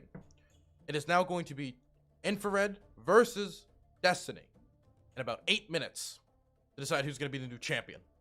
The topic is, should people vote for Democrats? The topic of an electoralism. So, Chud, Shark, any last minute predictions for how this match is going to go? How you think what's going to decide who comes out on top, and who you ultimately think will be the victor? I think I think it will kind of come down to a lot of rhetoric. Hans can talk, but sometimes he can get a little bit heated. I really feel like if Destiny pokes him enough, and if he gets irritated enough, it'll be a bad look for him. He could be like angry, he could start yelling a little bit, he could be a little bit more brass, and it would just be like a bad look, especially if our friend Steven just kind of keeps quiet and just lets him go off and blow off a lot of steam. I feel like it will be pretty like rhetoric heavy. I feel like Destiny will ask a bunch of questions that Hans will have to answer that he may like try and flip over. But I think at the end of the day, Destiny will come on top. But I think it's going to be fun either way. Chud Logic. Okay, so I think that Destiny has got a lot of advantages going into this. He's arguing essentially the status quo position, which always puts you in an advantage because a lot of the audience are going to go along with that. And also, Destiny has got more experience. In terms of rhetoric, he's normally very solid. I think this is going to come down to what Haas we're going to see today. Are we going to see smart Haas coming with references, coming with philosophy, coming with Hegel, coming with whatever? Are we going to see, aggressive Haas, which could work to his benefit, attacking Destiny, pushing back on points, etc.? Are we going to see angry or tilted Haas? If we see angry or tilted Haas, that's going to be very bad for Haas for a number of reasons. I don't think that's going to play well with the judges. Also, further to that, it's going to be very embarrassing if we have another incident, like, for example, with Irrelevant, where he got extremely tilted. That's going to be memed. DGG's full of memers. His community, Destiny's community, is stronger than Haas's in that respect. So I think alongside the belt, there's other considerations. He's going to have to put his all into it to come out on top. But I think Haas has got a good chance, a good shot. I will say, the one time that Haas was on the program, CTV barged in, as he does, the self-declared People's Champion. Not formally, the People's Championship is not formally recognized by the Hippy Dippy Commission, but he is the self-declared People's Champion. He barged in, and he went after Haas, calling him a communist, all these things. He just went after him hard, and Haas kept his cool. A man who is known for his Mongol outburst and his other outbursts and going really hard, kept his cool in a room with someone like CTV, and CTV makes mostly everyone who step into the ring on Hippy Dippy lose their cool, including chat on multiple occasions. So there is a good chance that if he plays his cards right, he might be able to lean away from what he's traditionally used to, or everybody's expecting him to do. I mean, if Destiny went into this overconfident, thinking that's the type of person he's going to be facing today, What if that's not the type of person he is? Yeah, Destiny could. It's possible Destiny could let his guard down. Like Chud Logic said, if we see a Hans coming in with a lot of theory and a lot of ideas about the best way to move forward, and criticizing the Democrats and how they're doing and the future of the country when it comes to radicalization, extremism, and violence moving into the future, I really think that we can have a really nuanced discussion, and he could win a lot of people over with the idea of the inadequacy of the Democratic Party. So let's say that Haas wins or Destiny wins. Here's a question. Let's say it's a Destiny. Let's say it's an upset and Haas wins, since the audience has voted and they do believe that it's either going to be a Destiny victory or possibly a problem with the judges. If he wins, who would you like to see him face, and what do you think the odds are who do you think he's gonna face, and who would you like to see him face if he ends up on top? I think it would be fun to see him talk to Hunter Avalon. I would really like to see what that discussion would look like between the two, with a more like Marxist Leninist type of person, and someone who's moved like from the right to more of like a SOCDEM position. So he's moved closer to Hans, but there's still like a massive chasm between the two. I really like to see, and I think it really would come down to the topic at hand that they'd be discussing. Child Logic? So yeah, I think that for me personally, I think that it would be interesting to see Haas actually debate another ML with a different tendency. Haas has come out strong with the position of this patriotic socialism, which is much of the discourse among many of the MLs on Twitter. So it'd be interesting to see like a Maoist or someone with a different perspective on patriotic socialism, perhaps someone that's very anti-America, and seeing how that kind of debate would pan out. Yeah. And let's say Destiny retains the belt. He defends and he comes out victorious. Who would you like to see him face next? I'll go. I mean, look, I'm going to be honest with you. I'm going to go classic on this one. I'd like to see Vosh Destiny. I think, yeah, that's got to be the way, right? Look, I can tell you from personal experience, from somebody who's trying to manage this, Vosh he was champion. He was undefeated technically at the end of his reign, even though he vacate the belt due to a lack of defenses. What motivation does he have to come to the table to debate Destiny? He has talked openly on his stream how he doesn't want to debate Destiny. I've talked to him about this type of stuff in private, and he has continued that. That is both his public and private position. And what could possibly bring Vosh to the table to do this if he doesn't want to engage with the man? Pride of having the belt, of defeating someone that you've outpaced intellectually at the end of the day. And I'm sorry, at the end of content. Okay, we all know that we love that content. We're all creators here. We love the fight. We love the fire. You see another Destiny versus Vosh thumbnail and you're clicking. Okay, so he could not like it, but at the end of the day, I don't know. He could stop once he's done and go play some more fucking shit and talk about 40K for another 30 minutes. Let's talk about the wild horse on this for a second. Demon Mama. Demon Mama obviously is somebody who's just made the return to Twitch. Demon Mama is somebody that many people think is the rightful champion of the belt, even though we at Hippie Dippy Championship Incorporated do not recognize it. We have reviewed the footage, we have reviewed this, and we have found that she is not the champion currently, even though she believes that she was screwed there. Where does she play into all of this? I mean, doesn't she have some claim to the belt, and should she be challenging anybody at this stage? Or should she be waiting the long game and coming forward later to say, hey, I deserve a shot at this belt? I'd love to see Demon Mama coming up as soon as possible to reclaim the throne. You know, she was right there. She was on the cusp. And then, you know, some fuckery happened, some ballots got lost, you know, maybe some voting machines ate them. Who knows, right? There are some problems, and then Dominion judges. They were Dominion voting. There's another faction, Dominion judges, which we used. Yeah. The Dominion shadow judges really screwed her over on that one. Yeah, I would really love to see her come back. She brings a lot to the table. Her debating style is interesting at the very least.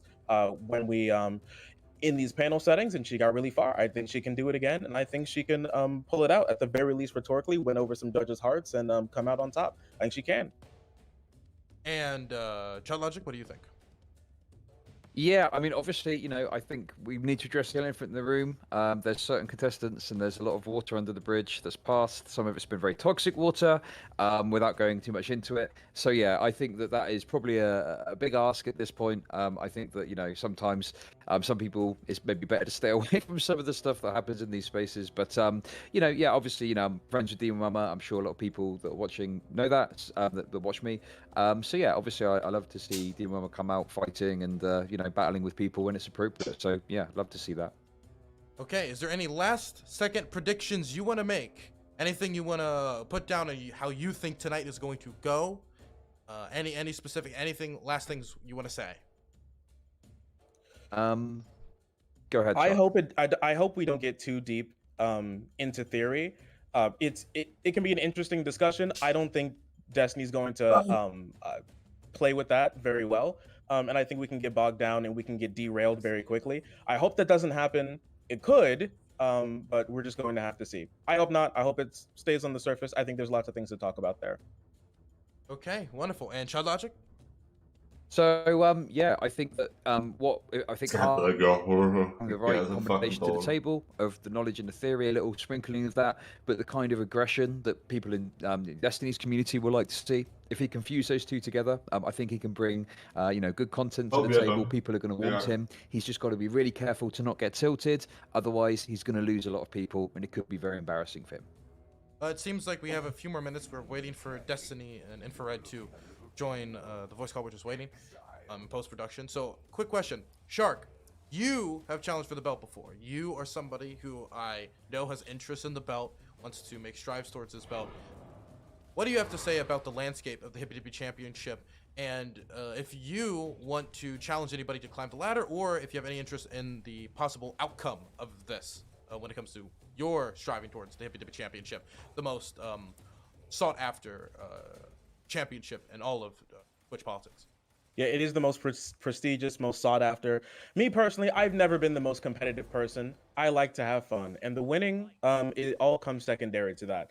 So, but for me, whoever wins, I think at the end of the day, it won't be too difficult. I think with my debate style, I could hold my own if I do the research, if I look into the things, and if I feel like I'm correct, I feel like I can do well. Now, whether I play well to the judges, I'm not sure. I'm not on here that much, but when it comes to climbing the ladder, I'd love to do it again at some point in time. Wonderful. And Chud Logic, I don't know about your position on this. Do you have any goals to strive for Hippy Dippy Championship gold, or the rumored Hippy Dippy Championship tag team belts that is rumored to be in production? Listen, I'll be honest with you, okay? I'm on the Strigma male grind set, okay? I'm sure a lot of people can respect that, yeah? I'm out here doing my own thing. If an opportunity presents itself, I'll of course go for it, okay? But I like to watch from the sidelines. I like to comment. But certainly, if there's an opportunity to get my hands dirty and it's right for me, I'll be straight in there. And You're more like a championship belt vulture. Yes, something like that, yeah. Hopefully sweeping at some point, exactly. Like I was a scavenger. vulture when it comes to Chud Knights, right? And then I absorbed it Yes, into of Hippy course. Dippy, right? Yeah, that classic meme. The comparisons to Vince McMahon are completely unfounded. Quick question to you guys. Hippy Dippy Championship has come a long way since it was the first time. The first time I did Hippy Dippy Championship, I didn't even have a place to live due to instability in my life, but we kept it going. What do you think of how far Hippy Dippy Championship has come since it was first brought forward? I think it's come a long way. It's been pretty fun. We've had our ups, we've had our downs. There's been a lot of back and forth. I've been seeing a lot of people say that the production value is really great. They really enjoy it. So we've come a long way from hotel and bed hopping to where we are now, and everything seems pretty great. I would like the future. I like where the future is heading with this, and I think we can get a lot more names in, and I think people can enjoy it. But I do think there's going to be a rotating cast, with these sort of panels, and there's some things happen, and that water under the bridge is very toxic, and some people just don't want to come back. Okay. And Chud Logic? Yeah, I think it's a fantastic show. It's come along leaps and bounds from the early days to kind of what it is now. You know, I think it's great that your viewership's increased. I think you know, it's a well put together show. I must also just say, Dylan, obviously I know you put a lot of work into this, which is fantastic. But also we must thank the behind the scenes people that make this all possible, including the one and only Danabo. Look, I mean, the people who went into producing this one, because this one has the highest production value, as people are about to see, which has been a secret up to this point, which is going to be on your screens. Shark Zero's seen it. A few other people have seen what we've done. Shark Zero didn't see the other one. We just finished 1 hour before production. But we are going to be increasing production value. This is put together by Mr. Geek, my editor. He helped with the graphics, like you're seeing on screen right now. It was put together by Danabo, Ramble Talker. We had Billy the Fridge, the internet rapping icon. He is going to be announcing, and we'll be seeing shortly. Of course, Shark Zero and Chud Logic offered up their time to be announcers on the program. Of course, I have put in a lot of effort to it. Not to mention the behind-the-scenes conversations and other people who we have worked to make this show not only the main event, but the undercard and the musics we've licensed and everything else. So I just want to thank everybody who's worked to make this possible, because this show, Hippy Dippy, was one of the main shows that helped me find a new place to live. And where I'm living in right now would not be possible without the people in my community who supported me through that time and continue to watch Hippy Dippy programming, the round table, the dating show, the championships, and as it continues to expand, because it has probably been my most expensive project, but 100% my most rewarding project. And tonight is going to be the closest we have seen to the fruition of what I want to see with the future of the Hippy Dippy Championship. So I want to thank everybody in the community and everybody who got together to make this possible, and I deeply appreciate it. Any last words, guys? Get out there, have fun, debate your heart out, all right?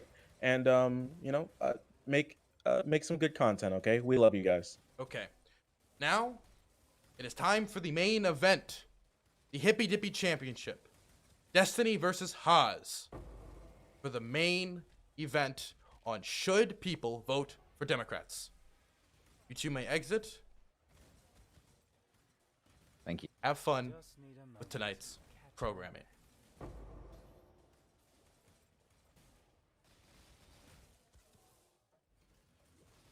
And in the red corner, strongest competitor to ever challenge for the title, representing Mongols, and also with a reach of approximately 4 inches, weighing in at 300 pounds, the Alpha and the Omega, leader of the gorillas, the riser of the sun, and the star of the infrared show, Haas.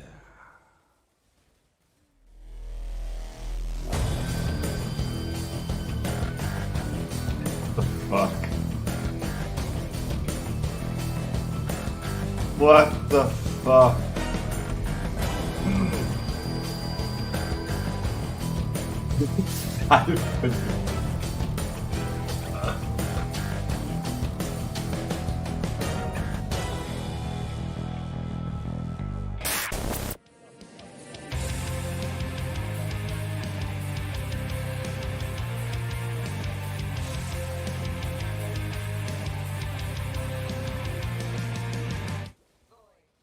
Ladies and gentlemen, boys and of all ages, welcome to Dylan Burns TV's Hippy Dippy Championship. I'm your announcer, Billy the Fridge, and folks, do we have a show for you. Tonight on the Hippy Dippy and debating whether or not we should vote for Democrats, in the blue corner, representing DGG, and with a reach of approximately 4 inches and weighing in at 169 pounds, the destroyer of JonTron, 3 times banned from Twitch and 5 times banned from Twitter.com, current Hippy Dippy champion, undisputed by anyone, including the Demon Mama. It may be a woman's name, and there's nothing wrong with that. Destiny. I'll never surrender to you already win now. Fuck, what a cringe.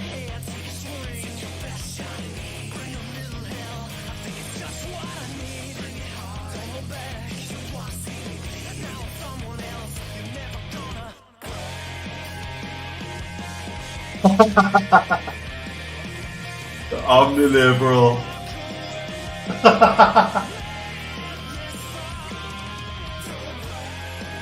Oh my god, bullet silence. Void pill.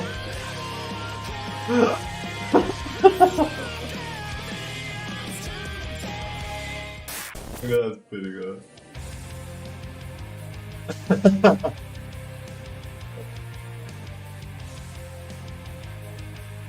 Guys, finished up.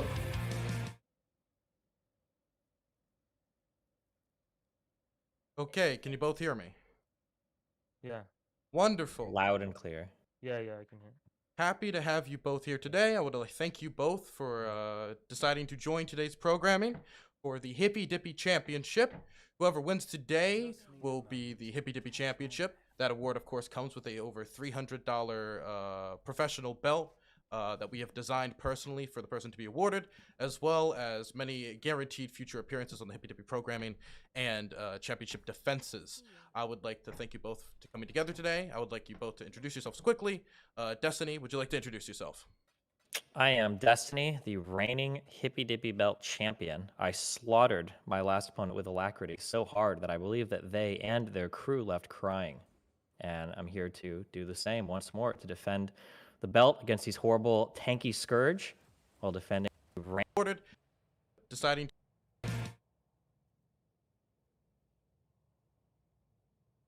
Okay, can you both hear me? Yeah. Wonderful. Loud and clear. Yeah, I can hear.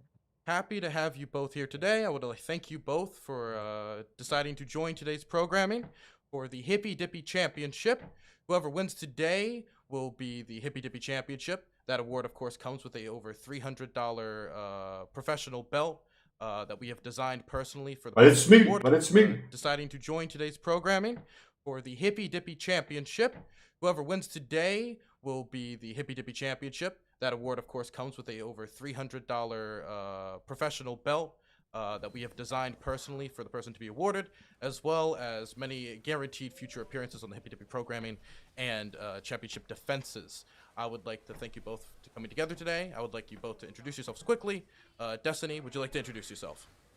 I am Destiny, the reigning Hippy Dippy Belt champion. I slaughtered my last opponent with alacrity so hard that I believe that they and their crew left crying. And I'm here to do the same once more to defend the belt against these horrible tanky SCOURGE while defending my boys, the Democratic Party in the United States of America. That's what I'm here to do today. Okay, and now we're going to throw it over to Infrared. Would you like to introduce yourself? No, I can't put the good. I'm Oz from Infrared. I am here. I don't know what a hippy dippy is. I don't know what a belt is. I don't know anything about that. I am here to prove Marxism, Leninism in the age of multipolarity in the post-COVID world. I am here to debunk the lies about the so-called Democratic Party. There's nothing democratic about it. I'm here to debunk the idea that the establishment is the only bet and the only choice we have. I'm here to defend the idea of a big tent third party. And let me tell you something. I don't intend on losing. Happy to have you both here. And I would like to thank the production staff for the amazing Titantrons and Billy the Fridge, the internet legend, for the amazing intros for both of them. Now, I am going to state the rules quickly. So, you will both have a short intro period where you can give your basic thoughts on the topic, and an outro period, which will be uninterrupted. Then, you will have an open period where you two can go back and forth. I will not be giving my opinions in this debate. If I speak up, I am only moderating, and that is the only time when you're going to really need to quiet down. Now, the purpose of this, of course, is for you two to debate the topic.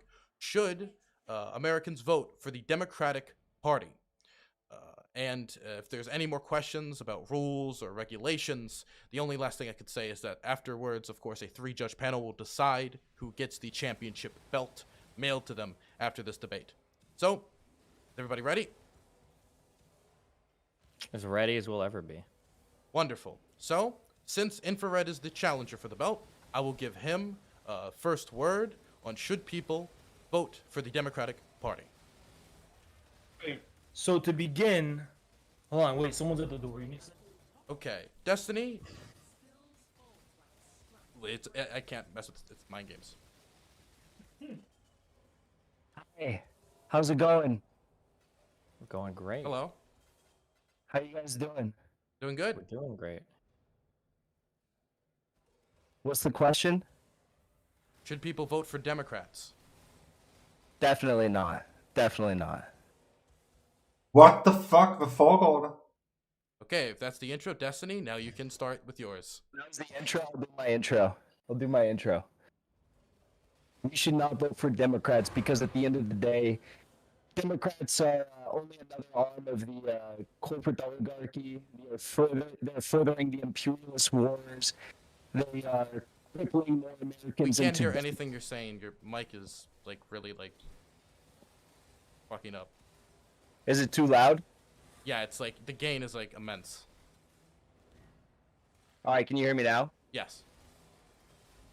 The Democratic Party is furthering the crippling of the American public. They're further indebting them. Det They're er cute. driving them into Det er det vigtige driving debate her, og så us kommer into han more på her. imperialist wars. Det er cute. They are causing us to not have health care, not have free public tuition. Oh my God. They're preventing all of the basic necessities we need to have a prosperous society. Yet they're all running under the guise of supporting these things, and they're sheepdogging more people into the Democratic Party in an effort to co-opt the movement. And at the end of the day, they only further isolate people from actually achieving any of these goals. So, I think if you look at the actual policies that have been failed to have been passed but have been supported by different candidates, you can see that they've lied time and time again about the things that they say they support. And even then, some of the things that they do say they support from the get-go, such as wars with Taiwan or wars with China over Taiwan, or supporting public options that will only further decimate the healthcare industry, the healthcare plan in this country to guarantee universal healthcare to all people. It's only going to hurt more Americans, and that's what they do. Okay, Destiny, your intro statement. Voting for third parties is a waste of time. None of them have a shot at making it anywhere. The only thing that's good for third parties is getting Twitter clout or having fun debates, I guess, on Twitch or YouTube. If you truly want to support things like a more robust economy that supports workers at the bottom, healthcare that works for everybody and not just people that can afford the best private insurance, relatively less hawkish foreign policy, people that support things around medical science. So, for instance, stuff related to vaccines or the coronavirus. If you want to support people's right to vote, if you want to support the ability for unions to exist, and if you want to support a party that believes in climate change, I think that it's probably more important to support the Democratic Party than to throw away your vote on some meme third party that doesn't have a snowball's chance in hell of holding any effective office. I think that if third parties really wanted to build real power in this country, they would spend more time actually winning local elections to build real support for their movement instead of just doing this like Hail Mary for the presidency every year where they can raise some money, have absolutely no effective change, and then write a bunch of books later on about the failures of their parties and all the excuses they make for it. And yeah, that's what we're here to talk about today, I guess. Okay, it is now open dialogue. You two are free to go back and forth. You may begin. So I think Destiny begins from the presupposition that the Democrats were the only ones who support this, and that no one else actually has a chance. I'm curious to know why Destiny thinks he knows a third party is actually not possible. Given the history of the United States, the Republicans and Democrats haven't always existed, and there's actually a precedent in monumental historical shifts, political shifts within the United States. Historical shifts within the United States. Third parties and alternative parties to the status quo do happen in the history of the United States. Shifts in the even the political alignment of parties happen in these kinds of decisive historical moments. And I think you would really have to be a complete, either a liar or someone who's burying their head under the sand to deny the fact that right now in this country we are facing a decisive historical transformation, a political realignment, and one such moment that precisely makes an alternative third party possible. Now, you can, deny and dismiss that all you want, but to go out of your way to say that a third party actually isn't possible and that the only choice we have is between the Republicans and the Democrats, I think that's an unfounded assumption. So typically, if political parties are going to build their power, it's not going to be a Hail Mary winning of the presidential election, and then all of a sudden this third political party is more popular. If there was a third party that was legitimately gaining steam, then I mean, maybe there might be talk of supporting them in the future. But I was here when people thought libertarians could win against Obama, when people supported Ron Paul, you know, back with Bush and the Green Party, people were talking. There was Ross Perot. I mean, against Trump, you've seen like third party, Gary Johnson. Like there have been all these third party candidates that have kind of sprung up, and they can get like 1% of the vote or 2% of the vote, but like ultimately they're ineffective. You can see the writing on the wall. You're never going to have like a mysterious, like explosive, oh my God, out of nowhere, this third party candidate wins. I think that if third parties want to build real power, they should probably focus doing it on the city or at least state level before they just try to make these big runs for the presidency, when most people in the United States consider those third parties to be a joke. Okay, well, there's two things actually. The first argument I'd like to point out is that historically speaking, the emergence of the Republican Party was precise. You know, the Republican Party didn't emerge because, you know, they were slowly winning at the local level and then eventually. No, it created because there was a discernible political distinction and difference that was within the prevailing party. And it was precisely, you know, by winning the presidency that the Republican Party was boosted into relevance and significance historically. So historically speaking, that's just not true. Third parties, whatever you want to call them, have won historically. Og jeg har ikke lavet en on the portal. basis of I didn't these make a kinds of so-called portal. Hail I need Marys. that fucking custom. Even if we discount that fact, I personally don't think people should necessarily rely on a so-called Hail Mary. I think that a party does require work at local levels. It does require dedication and energy and building foundations and Such a infrastructure, and it stupid requires the mistake. maturity to be able to have a big tent third party. This is the most important part, that's going to be able to overcome, you know, the kind of petty political sectarianism that you see so common among the left, and just be able to focus on getting this third party to win. But on the other hand, if the question is about, and we're addressing this to the audience, should you vote Democrat? My view is a decisive no. And the reason why is because you should be focusing your effort on building a third party. And even if that means taking your energy and attention away from these, you know, congressional and presidential elections, you know, if a third party is going to start winning locally, that also implies a broader information and propaganda war that allows you to draw a line of distinction. You can't, on the one hand, campaign at a local level and say, oh, let's vote for this third party, but on the other hand, shill for the Democrats when it comes to the national level in terms of propaganda and optics. So just to be able to distinguish yourself enough sufficiently, even if you're just going to focus on local levels, you do have to make a stance when it comes to these very broad, unifying political moments where, you know, American politics is really defined at the level of the presidential elections, whether we want to, whether we like that or not, just at the level of optics, information, and propaganda. So if you're going to distinguish yourself as a third party, you cannot say, oh, let's vote for Biden, or oh, let's, you know, swallow our pride and vote for the Democrats. You have to take a stance, even just as a matter of optics, in those such moments. So to whoever it may concern, right? And I don't think this is going to be like the majority of the American people right now, but those who are interested in politics, young people who do want to see changes in this country, you should focus, and this is true for influencers such as yourself. Oh, who go on stream nice. and claim that, you know, you're interested in seeing all these changes happen in this country. It doesn't why did I matter die? where I you shouldn't fall on have the political died. That's spectrum. It so doesn't matter what your sad. specific ideology is or what your specific views are. You should be getting on board with a big tent, focusing on trying to build a big tent, a third party. And I find it especially ironic that Destiny says it's not possible, when if streamers like him, influencers like him, got the ball rolling, him, Vaush, Hassan, and all these streamers, Vaush. I mean, that enough would like blow out of the water all of the other precedent attempts within the past, you know, few decades to build third parties. You already have Hassan the probably could. infrastructure to build a political Unironically alternative in this become a country. celibate. You are yourself a form of alternative media, Destiny, whether you like it or not. You're not a form of mainstream media. So I just find Okay, it. wait. Do I get a chance to respond to things, or holy Yeah, shit? go ahead. Well, yeah, you can barge in. Go ahead. Okay, I'm trying not to just talk over. So I mean, like, If we want to talk about like political parties from 200 years ago, we can. I mean, if you've got a political party that's ready to absolutely collapse in the United States that doesn't enjoy like a massive amount of popularity, which the Dexter speak, Democratic and the that's Republican kind of Party do, pog, but I it's mean, we can do that. But I mean, it because took the Whig Party collapsing, right, in like the fucking 1800s in order for the Republican Party to like grow from the ashes of that. To try to say that like the situation is the same today, I know that a lot of people talk like, oh my God, like the parties are collapsing. They're not. They both enjoy like a pretty tremendous amount of support right now. I just don't see either of them collapsing right now. Now, maybe that'll change in a few years. Maybe the party of Trump, maybe we'll come out and support Trump as a third party candidate. Who knows? I mean, that's anything is possible, I guess. It could be. The progressive or left-wing movement in the Democratic Party definitely isn't healthy or large enough to support somebody. But maybe in the Republican Party, maybe we'll see somebody grow out as a result of that. But again, like these political realignments happened like over 150 years ago, right? The Democratic and Republican Party are like 200 years old. I think that any time you're trying to say this is possible and you have to reach back like is a millennia, 100 years, like 200 years to try to point to where this has happened before, I think your argument is already starting off on an incredibly rocky foot.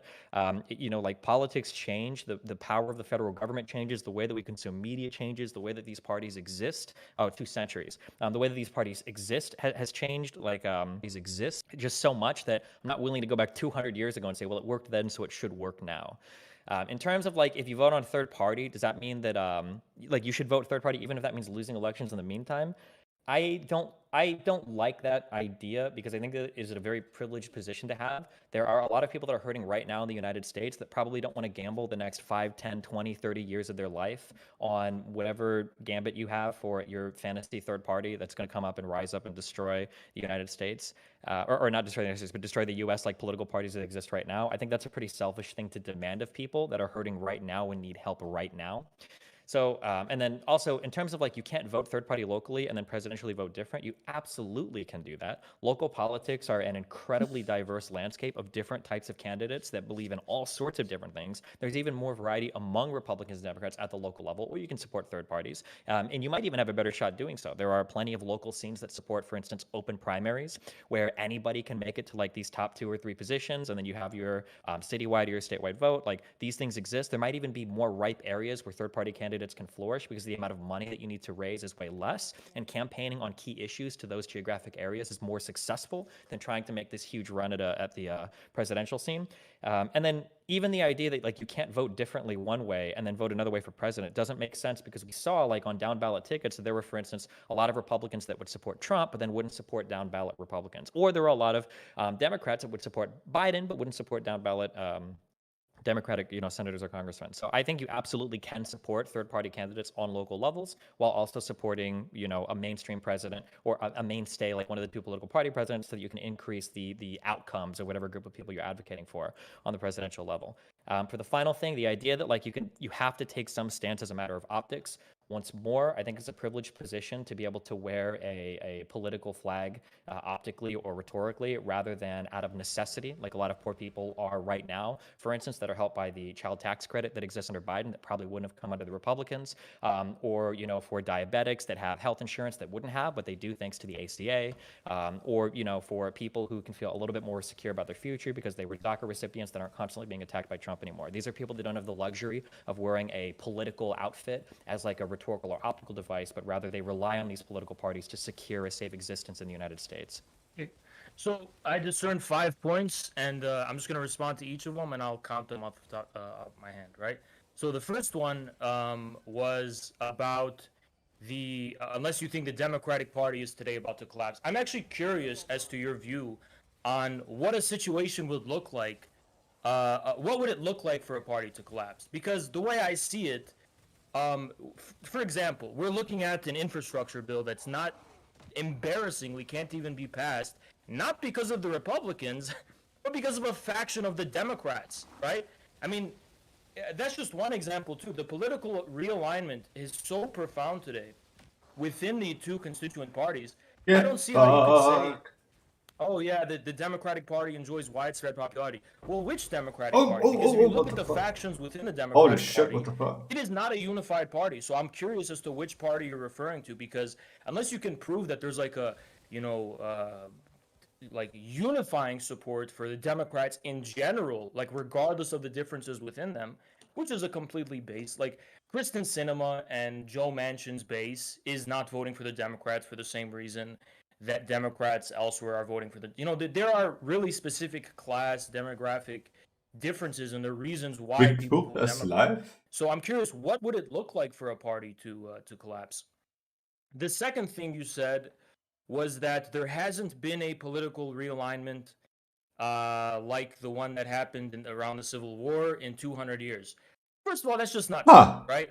The Democrats and Republicans only share continuity with those parties historically in all but name today, right? We all know that. The parties have fundamentally changed, and if you look at the origins of the modern Democratic Party, it's actually really interesting. It was because of initiatives like the Populist Party and the Farmers Alliance in the late 19th century and early 20th century that led to this kind of unity between, that led to the synthesis that is the New Deal Democrats, which eventually would be, champion the causes of minorities and stuff. And so you can actually locate two realignments within the 20th century. The first one was the rise of the Democrats as like the party of the New Deal. The second one was around the time of JFK and beyond, where the Democrats increasingly coveted the votes of minorities and demographics like that instead of the traditional working class white base. The third thing you said, and if I've forgotten some of your points, you're going to have to correct me or point out, like you didn't respond to this. The third thing I think you mentioned was that, you have this dream about a third party, but that's coming from a position of privilege, because what about harm reduction?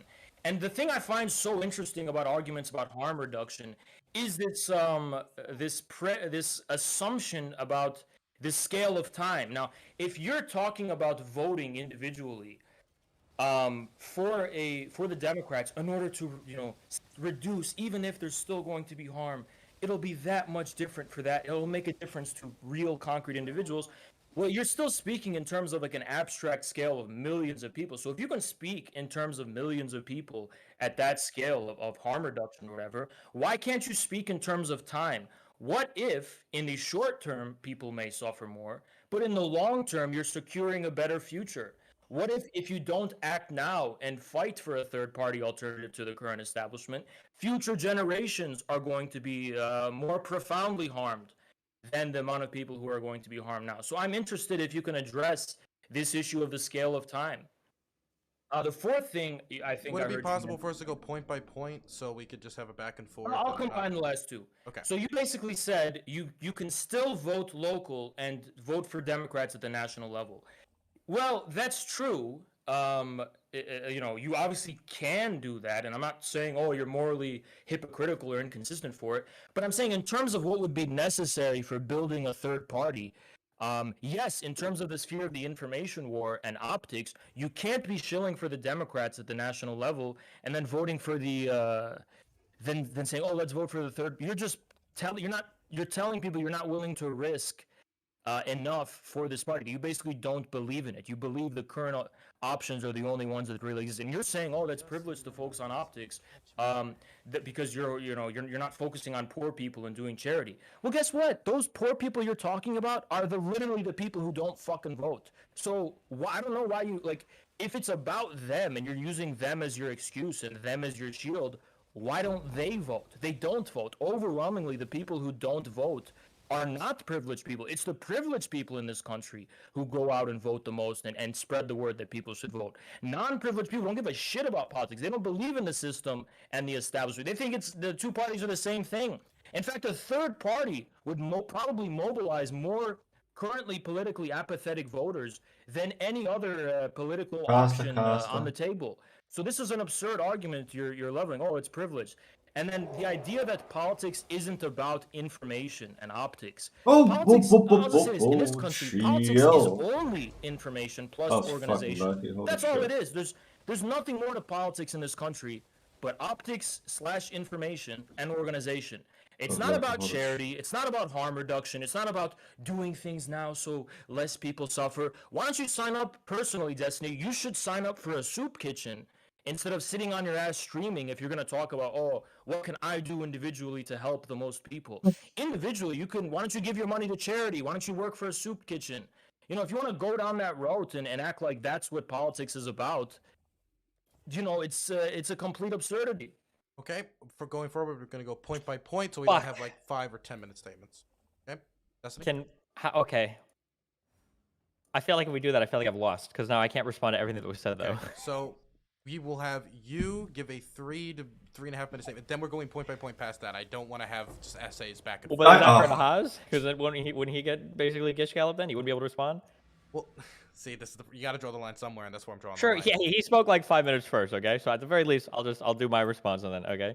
So in terms of what would the situation look like for the parties to collapse, I don't know exactly what that would look like, but I imagine it probably wouldn't look like a record number of votes for both presidential candidates in the history of the United States of America. It would probably look like less and less people voting, or maybe the rise of third parties in other areas, or I don't know, maybe like an inability to fundraise, or I mean, there are like signs or things where it's like maybe some huge piece of legislation that caused a fracture from a party. Like some people could argue that January 6th was the collapse of the Republican Party because some people left the Republican Party after that. Probably not enough for it to happen, but I mean, there are signs that we could look for a collapse, but whatever those signs are, we absolutely don't see them now. It's not YouTube people saying that like, oh my God, these parties suck. They're both the same. When we talk about how the infrastructure bill can't be passed because of Democrats, this is just like the dumbest thing that anybody could possibly ever say. We are split 50-50 right now. We are fighting for votes 49 and 50 on the Democratic side. We're not fighting for any of the 50 Republicans that are standing against this piece of legislation. It is not the Democrats that are preventing the bill from being passed. It is 50 Republicans plus 1 or 2 incredibly moderate or conservative Democrats that are in the way of this infrastructure bill being passed. To try to say that it's the same, to try to say that the Democrats are preventing it from being passed, just shows like a misunderstanding of how our legislative bodies work. There's not a single Republican willing to come on board with this. Okay, well then you need every single Democrat to come on board with it, which is really hard for what is arguably like the largest piece of legislation. Oh no, the lag. Piece of legislation. In terms of, again, the party is not a unified party. Can you provide or show like how there's like unifying support? I mean, there were huge turnouts for the presidential election, but in terms of like unifying support, I mean, like a Democrat in one area is not going to be the same as a Democrat in another area. A Republican in one area is not going to be the same as a Republican in another area. But if anything, this is an argument in favor of the ability for a two-party system to work, even with dramatically different voters across the United States. You know, Democrats that support Manchin in West Virginia aren't going to be the same as the most left-leaning Democrats that would support somebody like AOC or Democrats that exist in California. And again, like your argument, you're bringing up a lot of arguments that I think support my system, right? You're saying like the parties have fundamentally changed over time. Of course, the parties have a lot of tenacity, much like how Marx said that capitalism embeds itself into the government and also has abilities to perpetuate itself over long periods of time, preventing the rise of a socialist economy. Political parties also do as well. But this entrenchment of the political parties and their ability to kind of like morph and change and be a little bit flexible as people's opinions change, that's just arguments in favor of them continuing to stand the test of time, as they've had both for like almost like over 150 years for both of them. When we talk about like engaging in harm reduction, it is literally about choosing the lesser of multiple evils. It's not pontificating about an ideal third-party nirvana that might exist 20 years from now that there's absolutely no roadmap for right now in any of the upcoming like federal level elections. I don't know how anybody could say that that's harm reduction. When we talk about like in the short term, you know, people might suffer, but in the long term, maybe we're securing a better future. That's just like, I don't know. In the long term, it could be a fascist dictatorship that rises up after a civil war. Yeah, I don't know if I would trust the Democrats or left-leaning people in this country to win a civil war against Republicans. No offense. So yeah, this idea that we need to throw away like our current electoral advantage in order to like do this huge gamut for this future that we have zero proof even exists, that we don't even know if there's that much support for the left-leaning parties in the United States. It seems like people like Bernie Sanders would prove that the support that they believe is there just isn't. When you say that you can't shield for Dems at a national level and then vote for a local third party, again, you absolutely can. Your local politics, your local political scene is going to be way different than your national level political scene. I don't know where these statements are born out of, other than just an unfamiliarity with local political scenes. Like you can have local political people that are Democrats or Republicans that are wildly different in terms of what they support based on the national level. So you can totally support different candidates on a local level and different candidates at a federal level. This is exactly why we talk about down ballot voting and why sometimes it's important and sometimes down ballot votes diverge from the top of the line vote, especially when it comes to presidential elections. When you talk about how poor people don't vote, that's true, but they're still affected by policy. They're absolutely affected by policy. There's a lot of poor people that didn't vote for Biden that are still benefiting off the child tax credit or potentially anything that's coming from the infrastructure bill. And then in terms of like, it maybe a third party will galvanize these people and get out to vote. Third parties exist right now. Bernie Sanders tried this. Like, we're going to get all these people who traditionally don't vote to go out and vote. People say this all the time. We're going to get these people. We're going to mobilize. We're going to get these people to go vote. It never happens. If there is some third party that can magically mobilize or galvanize these non-voters into like new voters, that'd be great. It would be like a historic thing in order to do that. People have tried. People have failed. And in terms of like, I don't think politics is about running soup kitchens either. If you want to talk about like personal charity or volunteer work, we can talk about that. But that's a fundamentally different question than whether or not we should support third parties. Okay, now from now on, it's going to be point by point. I just don't want 5-minute statements going back and forth. So that's how it's going to be going from this point on. Okay, very quickly, I'll run down the list. So the reason for incredible turnout in the recent election was not because anyone believes in the unity of the Democrats and the Republicans. It was a referendum on Trump, and that's all it was. Trump defined American politics at that point. People voted for Biden not because they believed in a unifying Democratic consensus or they believe in a unified Democratic Party, because it was a referendum on Trump. That's the only reason you're going to see such high turnout, because Trump has divided this country down the middle. And that's the only thing that unites Democrats at this point, is that they're against Trump. Well, but then why not? Why couldn't it be a referendum on Trump by going out to vote for a third party? What do you mean? We don't have a third party doesn't exist right now. There's the infrastructure for one. No one's building one right now. No one's. Yeah, that's my whole argument. People are committing to the work of building a third party. You yourself, streamers and influencers who represent alternative media, you are not giving them a chance. You're just shilling for the establishment while possessing the very infrastructure to make a third party possible. So you want to ask me, why do we have a third party right now? Well, it's people like me and it's other people who are using their media platforms to try and work for one and get something off the ground. And I just started recently. I don't know how my luck is going to fare, but you already have a really big, sizable platform and a big audience. You could do wonders for a third party yourself, Destiny. I don't support third parties, so that's why I don't. I use my influence and I try to do things for the Democratic Party. So hold on, when you say point by point, do you mean like I can't go down the list and address everything, or? Oh yeah, we're going point by point. We're going point by point. Yes. So you can like move from one point to the next point after you've addressed it. Yeah. I don't understand how like we think that like the way that third parties are going to rise in the Americas off the backs of YouTubers and Twitch streamers. That seems like a pretty like sad scene for third parties in the United States. You can call it YouTubers or Twitch streamers, and I'll call it alternative media. But YouTube sounds like a silly website, and it's a silly website on the internet with Minecraft or whatever, PewDiePie. But the truth is that YouTube, and this is, you can read the mainstream media because they themselves will confess this, has been an incredible platform for alternative media. Even alternative media, you probably aren't so vehemently opposed to, like the Young Turks, for example. You were probably a Young Turks guy. I mean, your politics was probably defined entirely for many years as being a Young Turks Democrat, right? And that's because absolutely not. No. Okay. Alternative media exists. I agree that alternative progressive movement in the United States after the Obama era, its media was media like the Young Turks and Democracy Now! And these kind of alternative media platforms that were largely on YouTube. So this idea that YouTube isn't a serious platform for alternative media, well, it's just that this alternative media has first emerged on YouTube. Will it always be on YouTube? Probably not, but sure. Like, let's see, like who's been successful in like making real headway into actual politics from YouTube, right? So you could argue that. I'll give you a good example. The so-called Justice Democrats was an initiative launched by the Young Turks and Kyle Kulinski, and I'm against AOC. I completely oppose AOC. Sure, but where did they launch that initiative?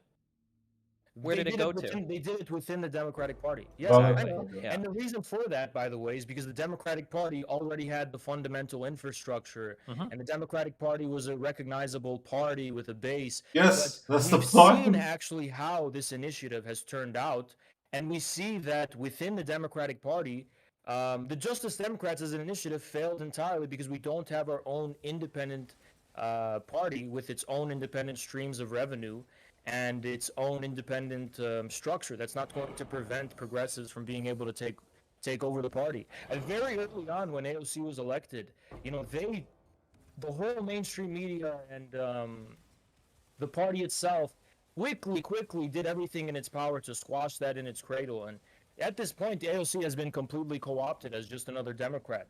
So that's not really a good argument for why we shouldn't be doing it for a third party. But regardless, I think that's an amazing argument. So I mean, like the Justice Dems, like were probably what I from what I know of, is like the best initiative from an alternative media platform. The Young Turks and Kyle Kalinske, the Justice Dems were able to do it, but they had to do it going the route internal to the Democratic. Failure. Let's reflect on the reasons for its Wait, failure. wait. No, wait. You're saying failure, but I don't think it's a failure. They've got like 4 really strong members that are elected. AOC is arguably like the most popular politician in the United States right now. This is about making people's lives better. What has AOC done for the American people that makes it such a successful initiative? AOC doesn't have the ability to leverage much. So we have these huge misunderstandings of how our legislative. Okay, I'm just gonna start talking. AOC has. So we have this inability to talk about politics in the United States because Wait, people like you okay. seem to think that AOC needs to be able to solo change like the legislative course or trajectory of the Democratic Party. We have 50 Democrats in the Senate. She could make maybe she can do like a little bit of help, but AOC has only done harm for the Democrats, actually. AOC has been an optics disaster for Democrats and a propaganda ammunition for the Republicans at this point. Even as a Democrat, you can't say AOC is an example of someone's success. It's not. AOC has been a disaster for them. Like, maybe Trump could have won in 2020 because of politicians like AOC were so divisive in this country. AOC was the face of like the wing of the Democrats that precisely has no chance whatsoever from reaching out to Trump's constituent base and these type of people that Biden himself was trying to win over. So no, it's not a good example. AOC. I don't know. Like your point is that like AOC hasn't like solo like drafted legislation and pushed it to the House. I'm not asking her to solo draft legislation. I'm asking. Wait, I want to make sure that we have Destiny to finish his point quick. Just then we'll have. Yeah. So like this idea that like she's like people say this over and over and over again. If you want, I guess we can talk about like the structure of the U.S. government. But like, I'm sorry, but again, this shows like the short-sightedness of people that have these huge legislative initiatives and can only get like 1 or 2 or 3 or 4 people into office. Like, you have to build these caucuses. This shit takes time. This shit takes real work. You guys want this fantasy world where out of nowhere you're going to have like 200 people march into Congress thinking that they're all going to be these third-party people to support what you want. That's not how this works. Right now, far left like lawmakers don't really have the leverage they need because right now you barely have a legislative majority in the Senate. If that's the case, you're always going to be appealing to people in the middle that can be lost next election season to the other side. Like AOC can make all the stinks she wants. Her seat's not being taken by a Republican. There's a reason why people like Sinema or why people like Manchin have the leverage and the pull that they do, and it's because they're the ones that exist closest to the center. But if you had a margin of like 52 Dems or 54 Dems and you didn't have to worry as much about that center, then people on the really far left could start making more power plays, where AOC is like, I'm not going to support this piece of legislation until this happens or this happens. And it's like, okay, well, we've got some wiggle room. We got 53, 52 Democrats in here. Like, maybe we can start to make appeals to that side of the political aisle. But it's not going to happen right now when you're barely holding Congress. Hold on. There's 2 things I want to say before you cut me off. I'm going to try to get it in quick. The first one is, I'm not saying AOC has to propose all this legislation. All I'm saying is she at least should kickstart some kind of change within the Democratic Party, and she hasn't done anything like that, at least for the positive, as far as the ability for the Democrats to win over the people that are voting for Republicans currently now. The second thing is that you basically make this completely contradictory argument. On the one hand, you say, well, third parties are not possible because the current political reality is the only reality. On this one other hand, you say, oh, the reason why, and I wanted to actually get to this point, but apparently we can't.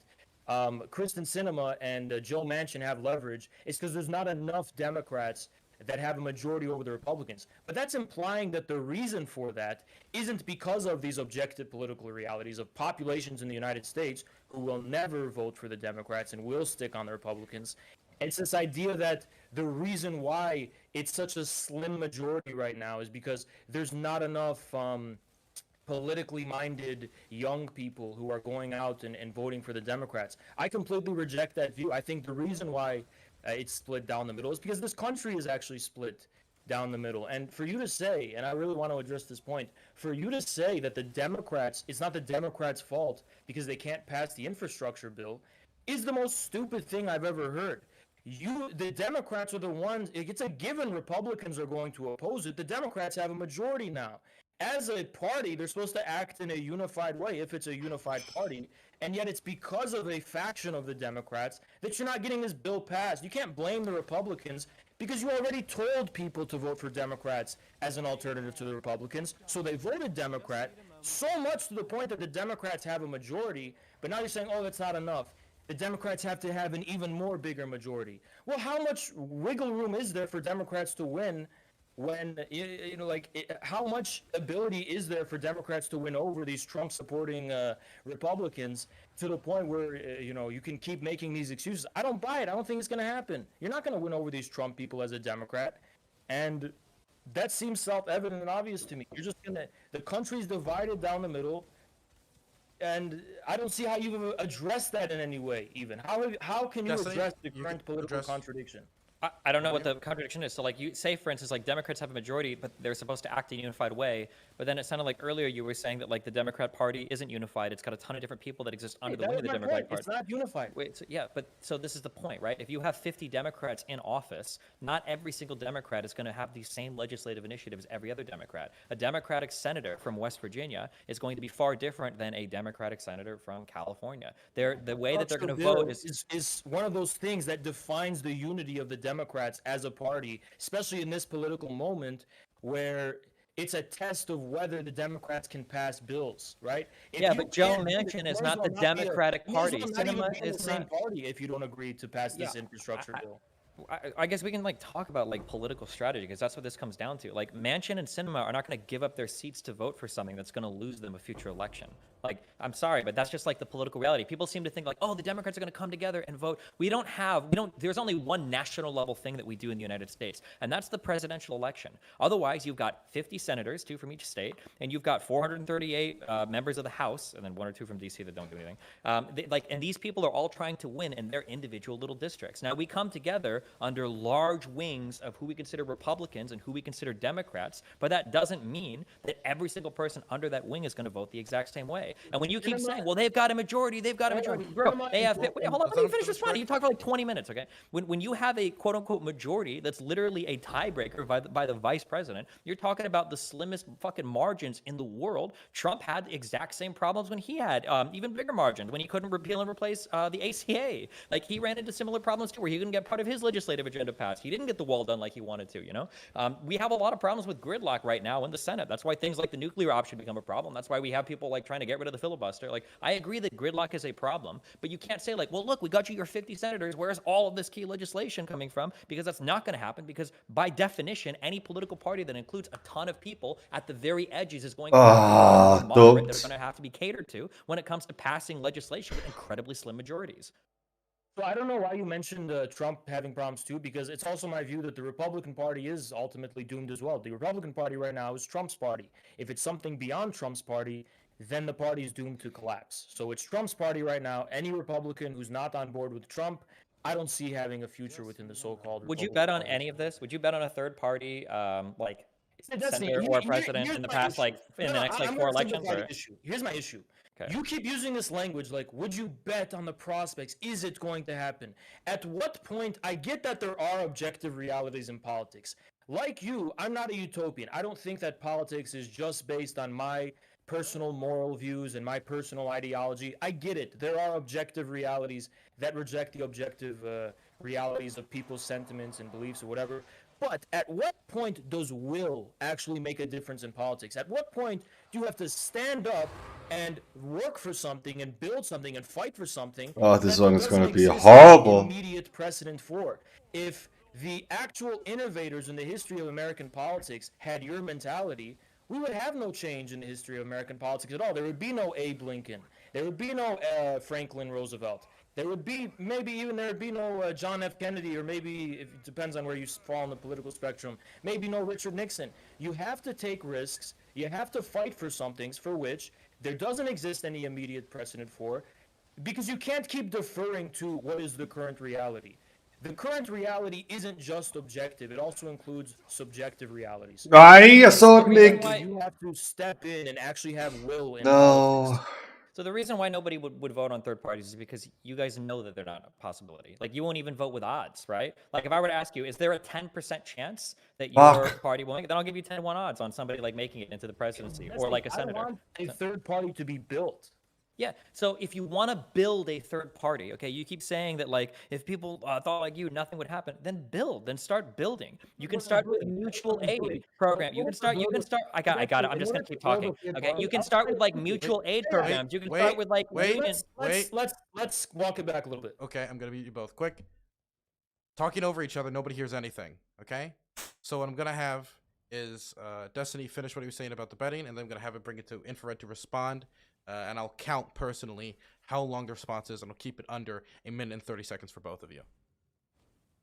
Okay, gotcha. I'm just trying to respond to what was said. So, like, if you want to build something, then start building something. Building something doesn't mean doing whatever gets you the most views on YouTube or Twitch, because shilling for third parties is like the most like extremist, popular, cool thing that you can do. That's literally all it is. There's no real building going on by advocating for an extreme position that you yourself, because you won't even put money on it, know is an absolute pipe dream fantasy. It's an incredibly privileged position to take from behind your computer screen because it sells well, it's cool, it's nice to make YouTube titles title that or whatever. But when it comes to real people that need real help, this type of shit doesn't help. You know, you mentioned soup kitchens and shit earlier. If you want to get real effective political change, find a local candidate to support. You can do national level fundraising or international fundraising in order to support local candidates at a city level or even at a state level, or work on like mutual aid programs, these different systems that can exist that can subsume and then replace these capitalist systems. You know, you can replace things like food stamps or daycare or other things. You can build these programs out as well, or find a union that has a political slant and support them, build them up, raise money for that stuff. Like, all of these things are things that you can do if you want to affect real political change. Just hopping on to the most popular election that you can to get as many views as possible, and then just try to claim, oh, I'm doing things to make the world better. No, you're not. You just want to be on the presidential election, push your candidate, because that's what gets you the most views, the most money, and the most donations. Okay, well, I have a minute and 30 seconds. So, look, Destiny, if people can't, like I said, you didn't actually address the two arguments. You didn't address the argument about national elections, because it's about information war plus organization, are what define politics up and down the ballot, okay? And if I'm going to advocate for a third party, which is what I'm doing, I'm not going to tell people to vote for the Democrats. I'm going to get people mad about the Democrats. I'm going to get people mad about the Republicans, and I'm going to broadcast as best of my ability using my platform to get people to go out and build a third party and focus, if they want to get involved in politics and do that work and they have free time to do it. This is not fair. Energy on building a third party to whom it may concern. So if I'm interested in building a third party, that's what I'm going to say. You're saying I'm only doing this for views, which is interesting.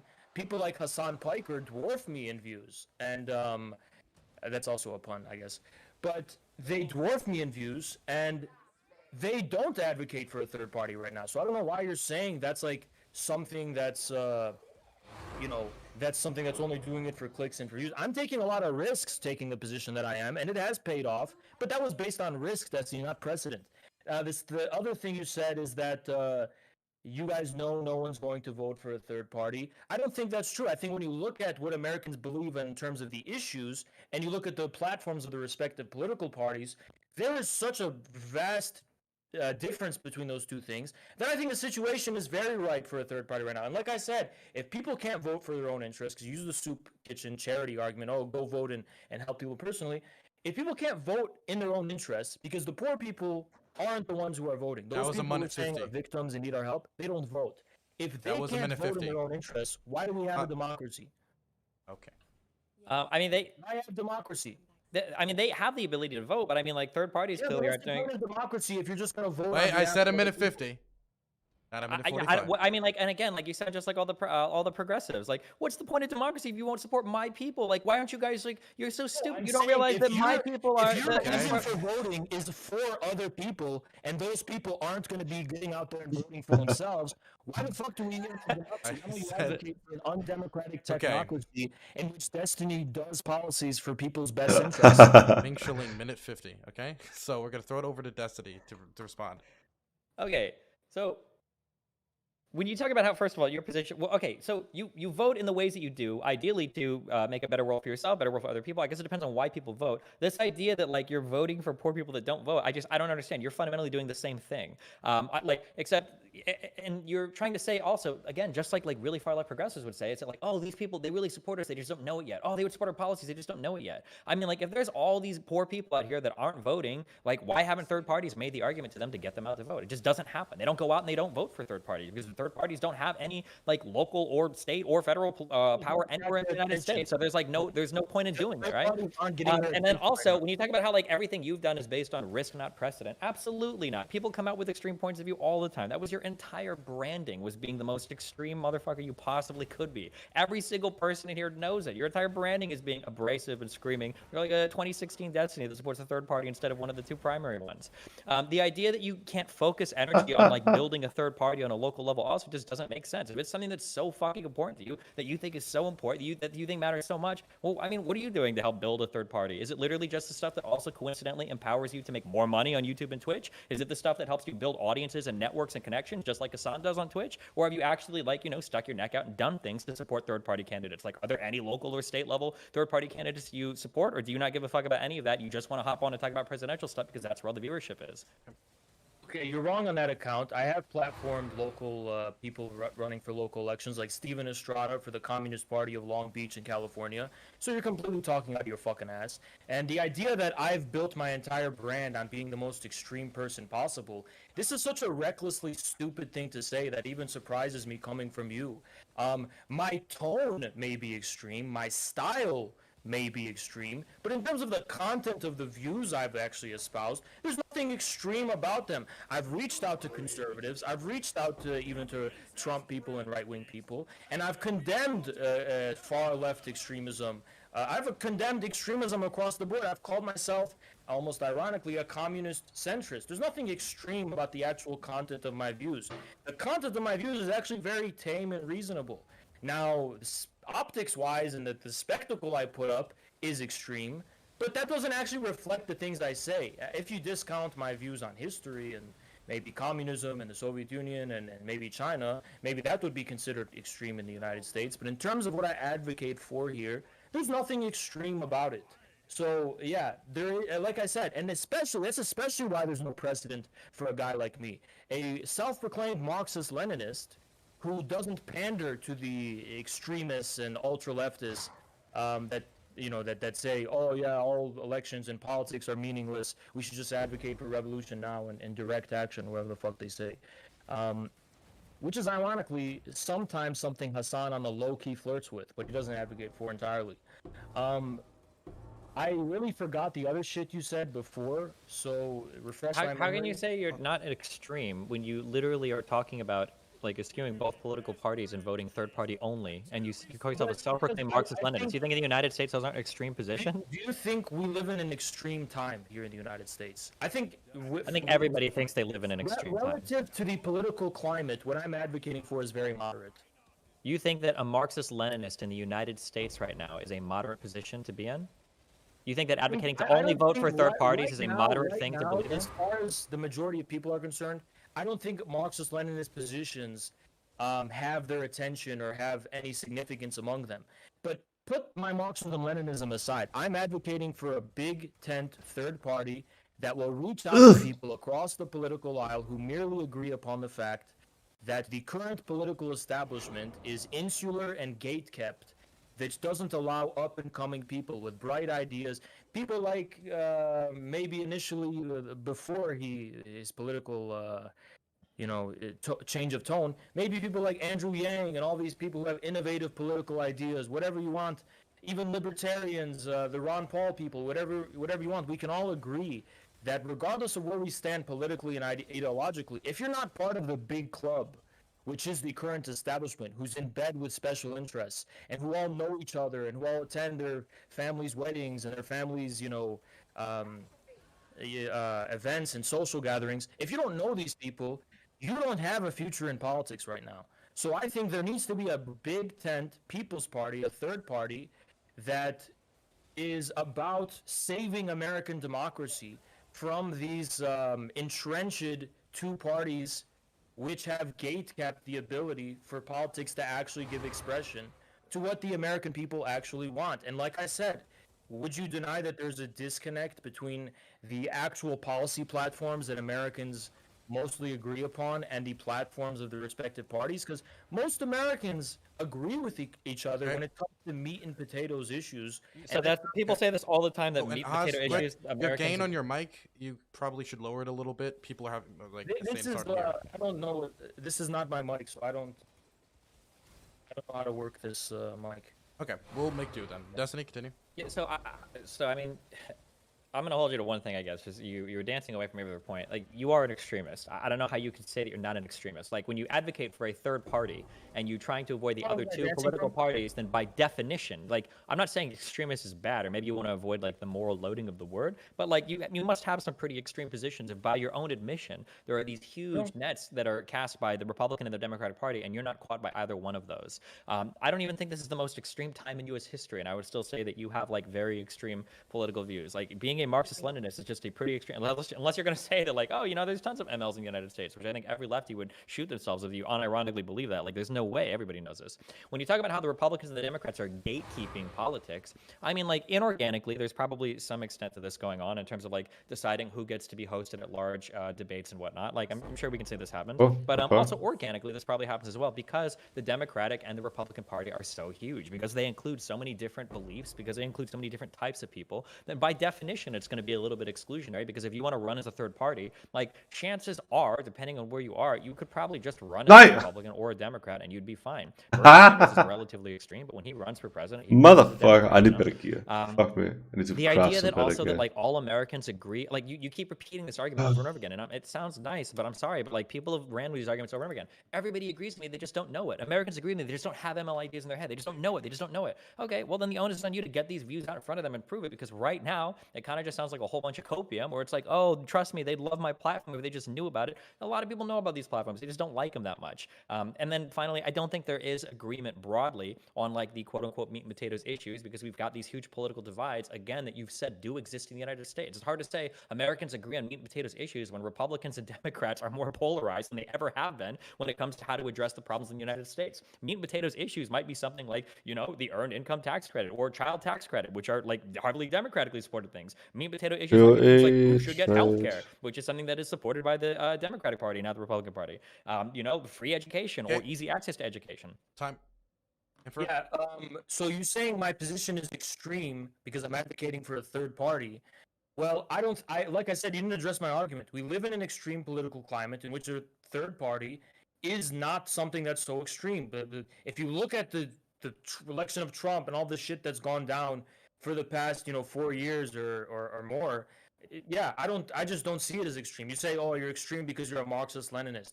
Well, I just don't think the Americans are familiar with what Marxism-Leninism is, or how Marxism-Leninism might actually be something, or Marxist-Leninist leaders at least, might be people that they're interested in. I'm trying to make the case and show them that.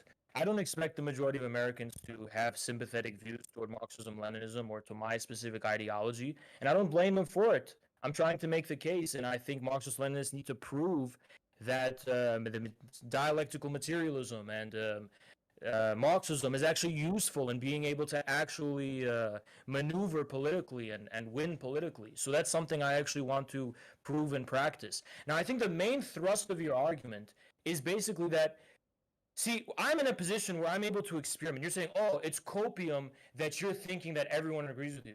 Wait, I'm not necessarily saying everyone agrees with me. But what I am doing is I'm trying to establish an ability to experiment with what people really want and just be open to the fact that what people really want in this country is different from what's being represented to them in the form of the establishment. Whether this establishment is gate-kept organically or inorganically is completely irrelevant. I don't care whether it's inorganic or organic. But it's actually funny that one of the examples for inorganic gatekeeping was something that had to actually be proven by WikiLeaks. And that's the only reason you fucking know about it in the first place. If it wasn't for WikiLeaks, we wouldn't have even have known about that. So who knows what else goes on behind the scenes? Wait, what was proven by WikiLeaks exactly? Just the collaboration between CNN and Hillary Clinton in the Democratic debates. Sure. So that was definitely bad, but I don't think that rises to the level of gatekeeping, right? Where somebody was passing off questions. It shouldn't have happened, but that gatekeeping, an argument it does not make. When you talk for people like Bernie Sanders to perform, yeah, it could. It was bad. It was horrible. She got caught. She got caught because she should have. They're gatekeeping the party from outsiders, perceived outsiders.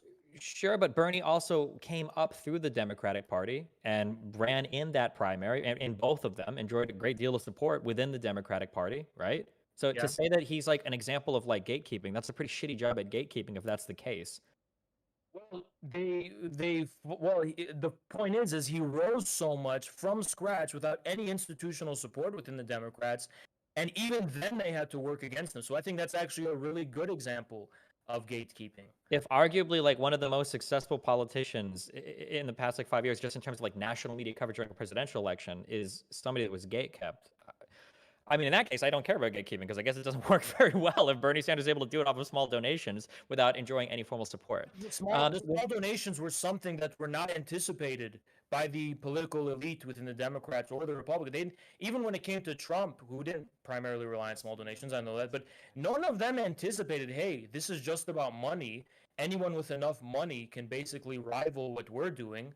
And they never entertained the possibility because, like you, Destiny, back in 2016 or 2015, they're all sitting around and saying, nothing new under the sun. It's always been the same. Everything's been the same. There's no possibility Trump's going to win the Republican primary. He won it. So there's no possibility he's going to win the election. He won it. So there's no possibility that a guy like Bernie has a chance. He did have a good chance. You know what I'm saying? People like you have always been on the losing side of actual history, especially None of this makes sense because all of the people that you're talking about exist within the realm of the main two political parties. You're using my argument. I know, I don't understand why you think that like you can say like this is an example of anything that supports your end, especially if these are extreme times in U.S. history where there is an opportunity for a great realignment of the political parties. Neglecting that I was a Bernie supporter in 2016. So I wanted Bernie to win. I was. I'm not talking about you being a Bernie supporter. I'm just saying that like if there was going to be a great realignment of like political parties, the third parties are going to rise up to do something. It seems like 2016 would have been a good chance. Third parties are going to spontaneously rise and do something. I've always been consistent about the fact that this is something that requires will, not deference to some external objective reality. Second of all, I was a Bernie supporter back in 2016. All I've done is, in contrast to you, the so-called omni-liberals and the Hassan Chapo people, whoever the hell these people are, I am trying to seriously and honestly reflect upon the reasons for Bernie's failure. Now, it's not just the establishment. It's also an issue internally that I've also relentlessly critiqued and ruthlessly critiqued before. But it stands... as far as my views are concerned, and I haven't seen you address this in any substantive way, that the time is ripe for a third party. If the time is ripe for the third party, then where are they? I can't like in a way you almost have like an inarguable. I said. Let me point you. I said. Destiny, continue. Hey, Jesus fuck. Okay, you keep saying that like the time. Destiny, I know. I'm just see how long he goes on for.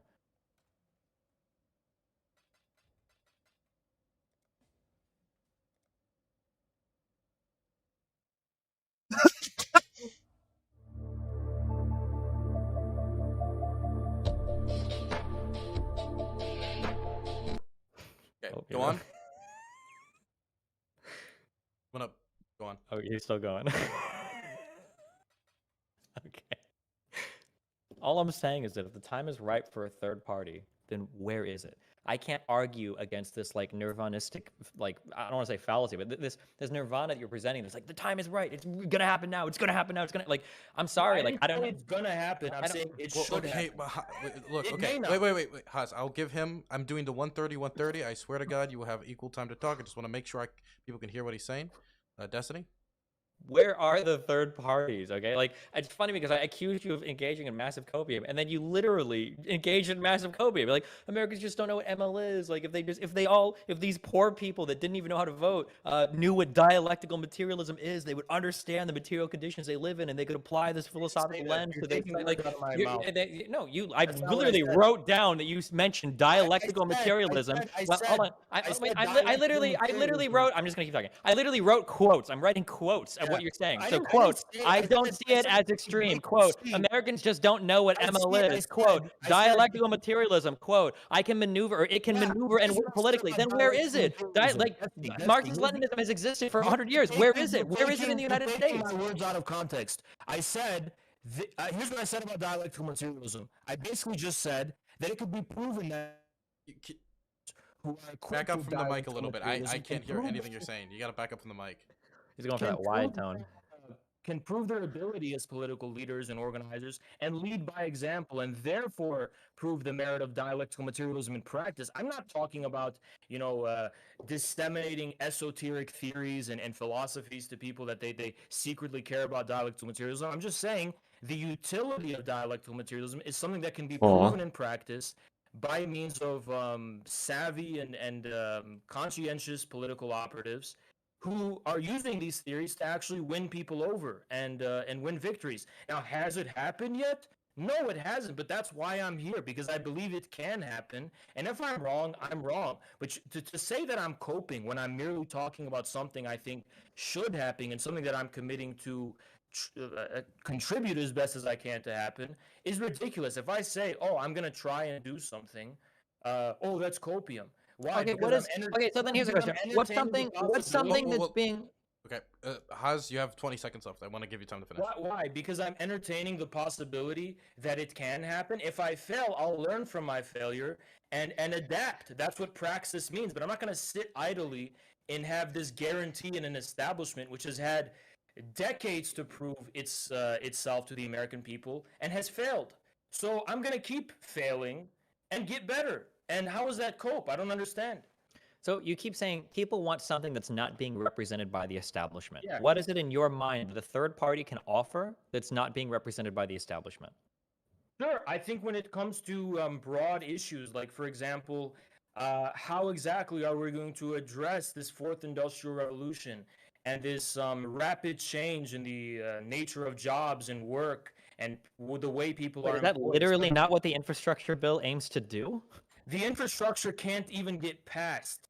Not yet. It hasn't been. But if the And infrastructure it's bill, but if the been down infrastructure so bill, far. if the infrastructure bill that's being pushed by one of the two You're major not political getting parties that can't bill. pass. Wait. You're not Okay. getting that bill. Okay, if Fred, do you want to expand? It's still your time, so if you want to expand, you can. Before I hand back over to You're Destiny. not gonna. That's the worst thing you could have said, Destiny. The infrastructure bill is precisely an example of why the things Americans need can't actually get done under the leadership of the two parties or the Democratic Party right now. I mean, it's the worst thing you could have said debate-wise. Wow, take the L. Anyway, what you said about I was losing. Okay, so when you say how exactly are we going to address this fourth industrial revolution and rapid change of nature of jobs, right? So this word salad of yang shit, okay? So the infrastructure bill literally aims to try to address some of that. But if you're telling me that the infrastructure bill can't even pass with 50 Democrats in the Senate, how the fuck is a third party going to make a measurable difference here? The third party is actually going to overcome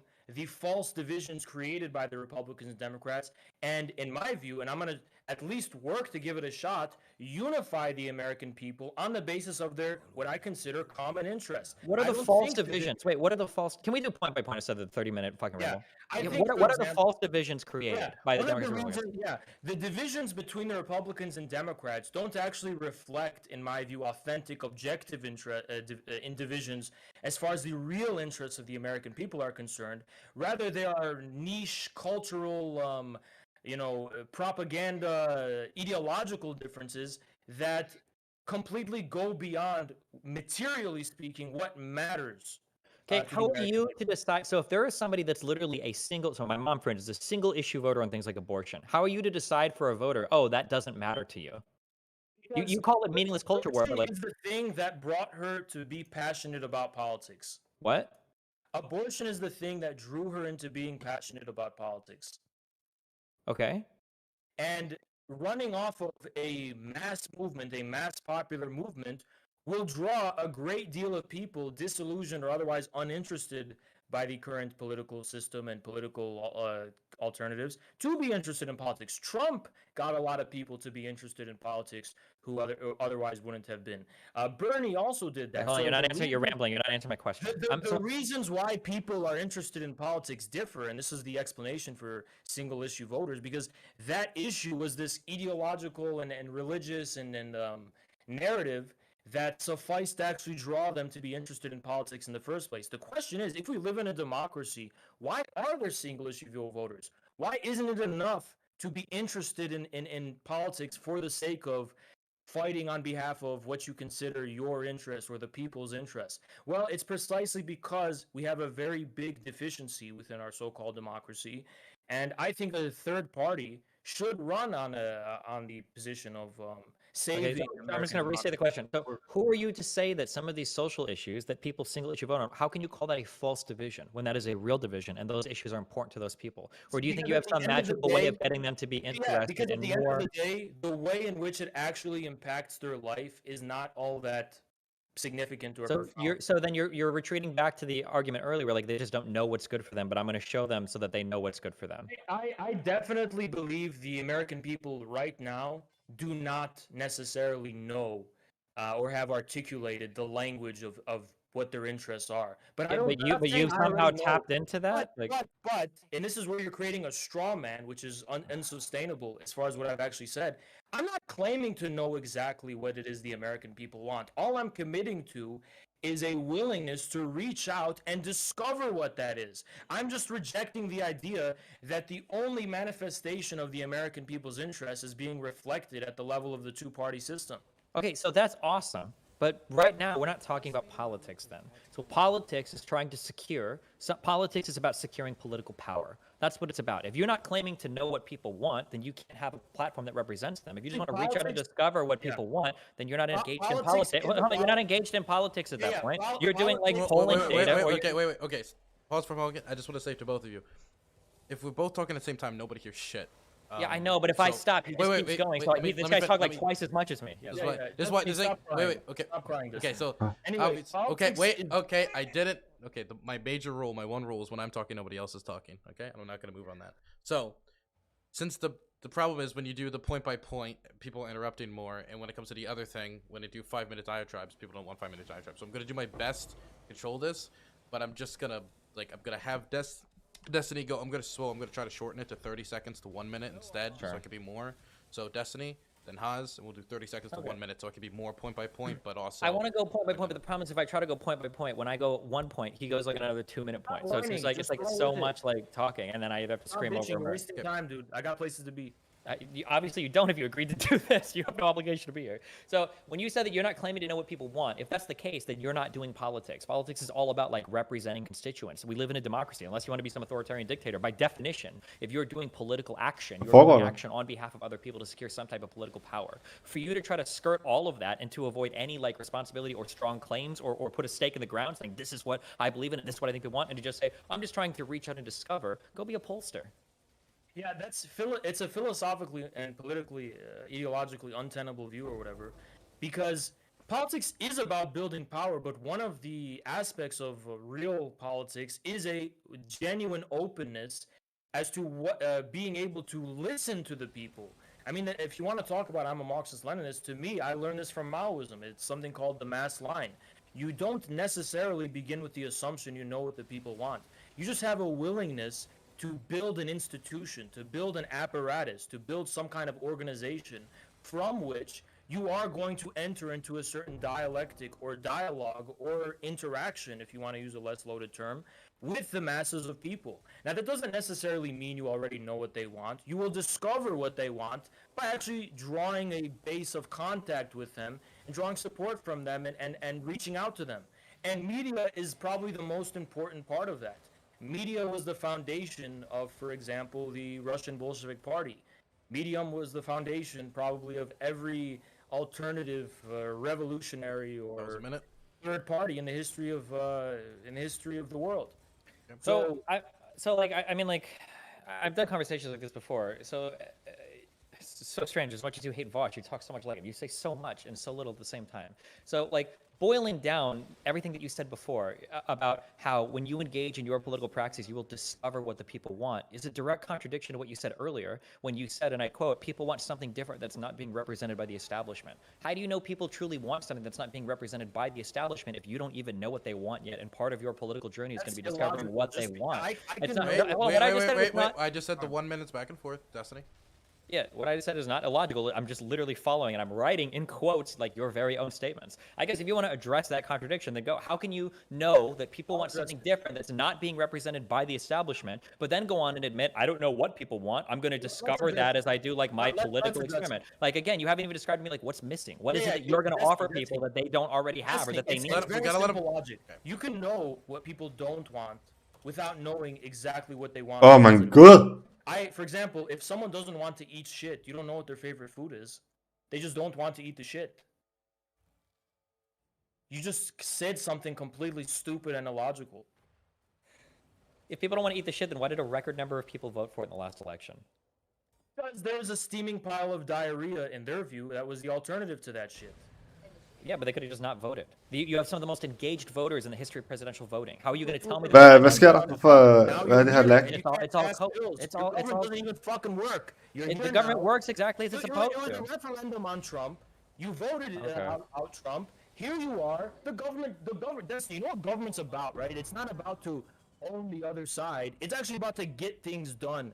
Our government can't get things done. We can't even pass a basic fucking infrastructure bill. You won that. There was a record number turnout. I was advocating for people to not vote, to boycott the vote. Well, you got Biden in power. Here our government is, and it doesn't even fucking work. What have you won, Destiny? What have you won? The government is not about getting things done. That's not what the government's job is. The government's job is to represent the will of the people. So if you have a... How is the will of the people being represented right now? Fuck it down, no! Divided and polarized in ways that it probably never has been before, at least as the polarization goes. Represented. What? How is the will of the people being represented right now? The will of the people Why is is being it represented lagging right so now because much? half of What are Americans those don't agree with the spikes? other half on what should happen. So the government is having a really hard time getting anything done. But that's what you would expect from a government that is representing the democratic interests of the people. This country is legitimately divided. Biden got more votes than any president in U.S. history, and Trump was number 2. So obviously, time if the government's power is logically extending from its constituents, if the constituents disagree, then there's going to be a really hard time for the government to get anything done. Of course. Only site at which the will of the people can ever find representation is in the current established we have on the shelves. There's not a possibility for a different product in your... Oh my god. Possibility, but the onus is on you to present that, and all you've told me is you're going to try to discover it in your future streams. You can claim this with absolute certainty somehow. Never said that. It is possible that in the future there might be conditions that arise that make a third party likely to rise. But the problem is the two political parties that are incredibly entrenched, both in our media and our finances and in our government and in everybody's minds, that it seems really difficult for a third party to rise up and conquer. And you haven't given me a good argument for why a third party even should. You haven't even given me like positions. Like when I asked you like what can a third party offer that the primary two can't, your response was like, how are we going to address the fourth industrial revolution and rabbit? You said like, you're giving me a Yang answer. You're not telling me anything. That's not a policy position. That's not like legislation. This is just like some vague shit that you could talk about on Twitter that has no real teeth behind it. Destiny, there are plenty of bright policymakers who want to be given a platform in this third party. I confess, I am not a policymaker. Obviously, broad narratives are what's going to define entirely new parties. Yeah, when I'm saying something as vague as the fourth industrial revolution, I'm talking about a very broad issue that has to be addressed in an equally broad way, and politically speaking. Now, if it was just a matter of one or two policies, it's not a matter of one or two policies. It's not a matter of 3 policies or 4 policies. It's a matter of a whole multiplicity of policies, which are only unified by these broad narratives or whatever, these broad so-called word salads that you're giving. If it was just the sum total of opposing policy prescriptions, obviously we wouldn't be talking about anything. But it stands right now that we can see that there actually is a certain reason why some policies are able to make it and others don't. Policies which don't threaten special interests have a chance. Policies which threaten the current special interests don't have a chance. So it's almost as simple as that. The two parties are bought out by special interests. I mean, that's a whole other conversation if you want to have that. But so, like, when you say, like, a whole multiplicity of policies that are painted by this broad narrative are what you're talking about, how do you then connect with earlier? You were saying poor people are, like, about, like, meat and potatoes issues. Are you going to have this multiplicity of, you know, political discussion with them? You're going to bring this, like, broad thing of new policies? Like, every poor person is going to hear this and think you're just some random politician that's full of shit that's offering it. Hold on. Broad narratives are what give expression to people's belief that they can actually address their meat and potatoes concerns politically. What's a unique broad narrative that isn't encompassed by one of the two political parties? No. No, what is it? What is a unique broad narrative that's not currently encompassed? What is a unique broad narrative? Sure. One of them is the current political system is rigged and it serves the interests of special interests and not the people. If we want to even have the ability to give political representation to the will of the people, we need a third party that's not already captured by these entrenched established interests and these special interests. Yeah, so literally, like both political parties say this all the time. The current political system is like the Republican Party right now believes the election was stolen. Trump constantly said about how the current political system is rigged. Bernie Sanders was a huge candidate. He said that parts of the political system are rigged. The Justice Democrats talk about all the time about how the political system is rigged. Even Nancy Pelosi talks about how corporate interest is like. So that's not a unique, broad narrative. What about the two-party system? Is that something they talk about? No. So you're telling me that your broad narrative that establishes your third party is there should be third parties. Yeah. There should be a I third party. can't beat that one. That was the unassailable argument that I was waiting for, I guess. Okay. Hold on, Destiny. Let me ask you a question. What is democracy? That's a really broad question. Ideally, you have a group of democracy. What is Just what? quickly. What's the content of democracy? Ideally, it's some group of people whose will is being represented in some way. Okay, so what does that look like concretely? Democracy on its own doesn't look like anything. I mean, we could talk about like a representative democracy. We could talk about like the democracy of the United States. We could talk about you could talk about voting in a classroom. I don't like. My position is that a third party is the only manner by which American democracy can be restored or built or revived, however you want to phrase it. Then obviously I don't. The burden is not upon me to say like, oh, this is specifically the issue that they have to focus upon. But there are many bright ideas. There are many ideas that people have. I personally think that we should be looking at the early 20th century and late 19th century issue of land reform, which was actually what formed the foundation, inadvertently at least, of the New Deal Democrats. Although they didn't pursue direct land reform themselves, it actually had influence on the housing reforms and the housing legislation that eventually would get passed, especially if I recall correctly in the post-war era. Yeah, I don't care what policies Americans supported 100 years ago. I'm sorry, I don't think that's politically relevant right now. No, I actually think it is relevant because I am also a political theorist and a theorist, so I don't know. We don't have to get into nitty-gritty. How is this meat and potatoes issues? Which Americans do you think know anything about this? But land reform is probably the most decisive issue or policy that actually leads to political change historically. Okay, how do you know that most people care about this then? Where do you find that support at? Because if you theorize politically, the basic social contract between a given state and its people lies in a state being able to give its people some kind of economic, and I don't mean this in like the loaded leftist sense, some kind of means of production, just in the sense of like a solid economic basis with which they can actually engage in economic activity. So governments, if you look at almost any state in history, founds its basis upon this type of land grants or giving titles of nobility and feudalism, or during the time of the French Revolution, especially with Napoleon. I don't want to get too in the nitty gritty of this, but yeah, land reform is a linchpin of political change, and it's the foundation of states. Whether it's directly phrased as land reform or not, like the stability of the American state in the post-war era was sustained by, for example, those post-New Deal housing policies and things like that, which gave Americans like the minimum of a stable economic livelihood. Can you give me an example of what do you mean by land reform? What kind of land reform are we talking about? Well, today that could obviously either be actual land reform of giving people actual like just straight land and space. It could be something focused on housing, like what they're doing in China. They're giving grants of people to own single home apartments. When you say giving people land, you mean we're going to do plots in Montana, or is there giving that to people that live in California to help they move out there, or what do you mean by giving people land? What happens to apartment complexes? Like what? Some kind of means of having like a minimal economic. It could even be UBI. It could be a lot of things. So UBI is land reform. It has to function as the equivalent to what land reforms have historically functioned as. Wait 1 second. We have 30 minutes left before this is over, and so if there's any points you want to get, debt forgiveness is an important thing. Haz. Yeah. Do you have a hearing problem? Go ahead, Dylan. Okay, thank you. So, for the next 30 minutes, if you have any points you want to get in, now would be the time to get them in. I'm just telling you this now, so afterwards Hey guys, you're in not my talk. I first wanted to video, say I this. said So that if there's I anything am in the back of making your pocket that you have yet to bring up and you want to bring up, Tempest Shield now Ignite would be the build, time. but Okay. and I said So that you I'm guys not gonna can be. continue. I just want to say bye to Steven. Hi, Steven. Hi, what's up?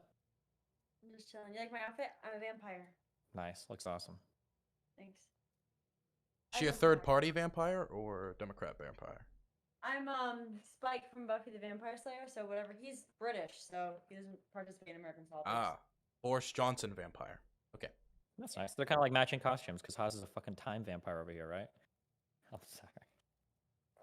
You can continue. You got 30 minutes left. Yeah, so like I don't know, like this is every third party like debate ever. Like every Oh my time God. it's like our thing is gonna come and it's the third party that represents the interests of the people that aren't being represented, but I don't really know what those interests are. And it's like, okay, well, like what like I'm not asking for specific policies, but just like broadly speaking, like what the fuck are we even? Well, what about like land reform from the 19th century? And it's like, okay, what does that mean? Well, like UBI, like well, what the fuck does that mean, right? Like you're basically at the end of the day, like. And this is the problem with third parties. The problem is that the Democratic Party and the Republican Party are incredibly broad. They encompass a lot of different political ideology. When you can go all the way left and find somebody like AOC or Bernie Sanders, and then all the way right and find somebody like Manchin or Sinema in the same political party, it's going to be really difficult for a third party to find space in there. Now, I'm not saying it's impossible. There might be a third party that makes the case. We come up and like, hey, you know what? Here's some issues that people really care about, and nobody's talking about them, and we're going to hammer these issues, and we're going to start to gain political power doing it. But you haven't presented me any of those issues. Talking about stuff that happened in the 1900s, or trying to talk about stuff that is happening in China, like that's a good thing to sell to the American people. Like these are just not issues that are going to win with like the meat and potatoes poor people that you think aren't voting because they don't have a third party to represent them.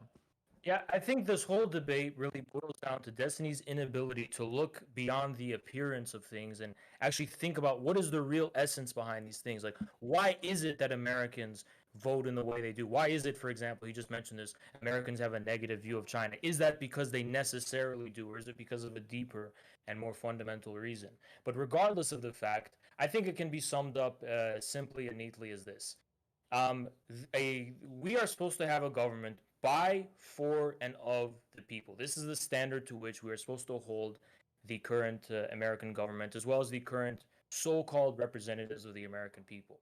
My only claim is that they don't satisfy the criterion of a government by, for, and of the people, which works on behalf of the interests of the people, rather than special interests and entrenched interests and insular establishments, which claim to represent the objective facts and the truth and the will of the people, but in actual fact and in actual reality utterly fail to do that, just going off of the inability to get out widespread voter turnout, with the exception of these single, issue referendums like the referendum on Trump. But even then, turnout wasn't really that impressive as far as a democracy is concerned. Maybe relative to America, it's impressive, but if for a so-called democracy, it's really not that impressive. I mean, the problem is you haven't demonstrated, like, by, for, and of the people. None of these things describe third parties right now. You don't have any third parties by the people. They're all incredibly small. They have no power. You don't have any third parties for the people. They all have niche issues that not many people care about, and you don't have any third parties of the people because you don't want to govern I want to give him time to respond. Destiny, the difference between me and you is that you have the burden of defending the people who now do claim to represent the will of the people. All I'm saying is I want to fight for an alternative. I want people to look at things like movement, or now I think it's no longer movement, it's the People's Party right now. Look at big tent, broad coalition parties that are trying to build third parties in this country, and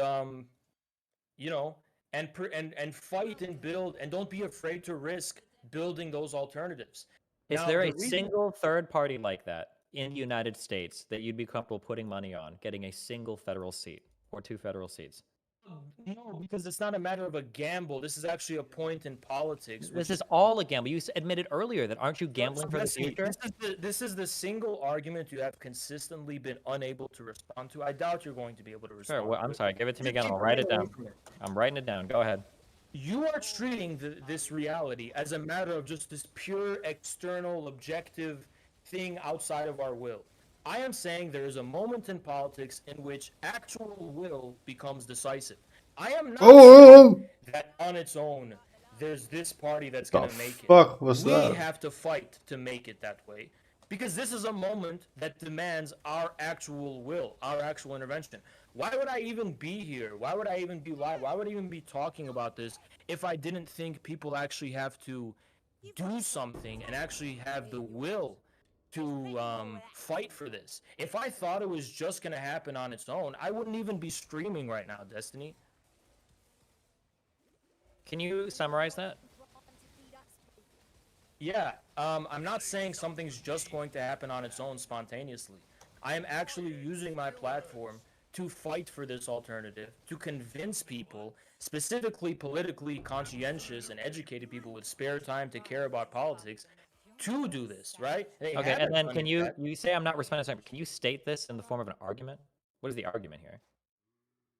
Can you demonstrate I didn't make an argument if you want to do that game? I'm not trying to play a game. So this is what you said. You're treating this reality as a matter of pure external objective thing outside of our will. There is a moment in politics in which actual will becomes decisive on its own. Wait, That this party will make it. We have to okay. fight. I gotta hear. Okay, can we stop for a second? I didn't hear what the question was.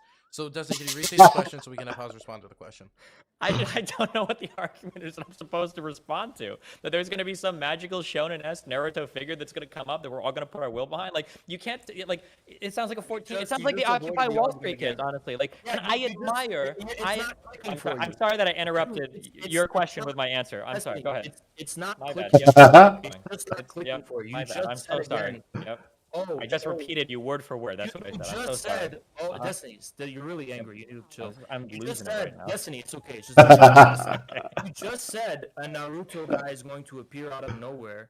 You just made the argument again, the straw man that I'm saying something is just going to happen out there. Nej, jeg kan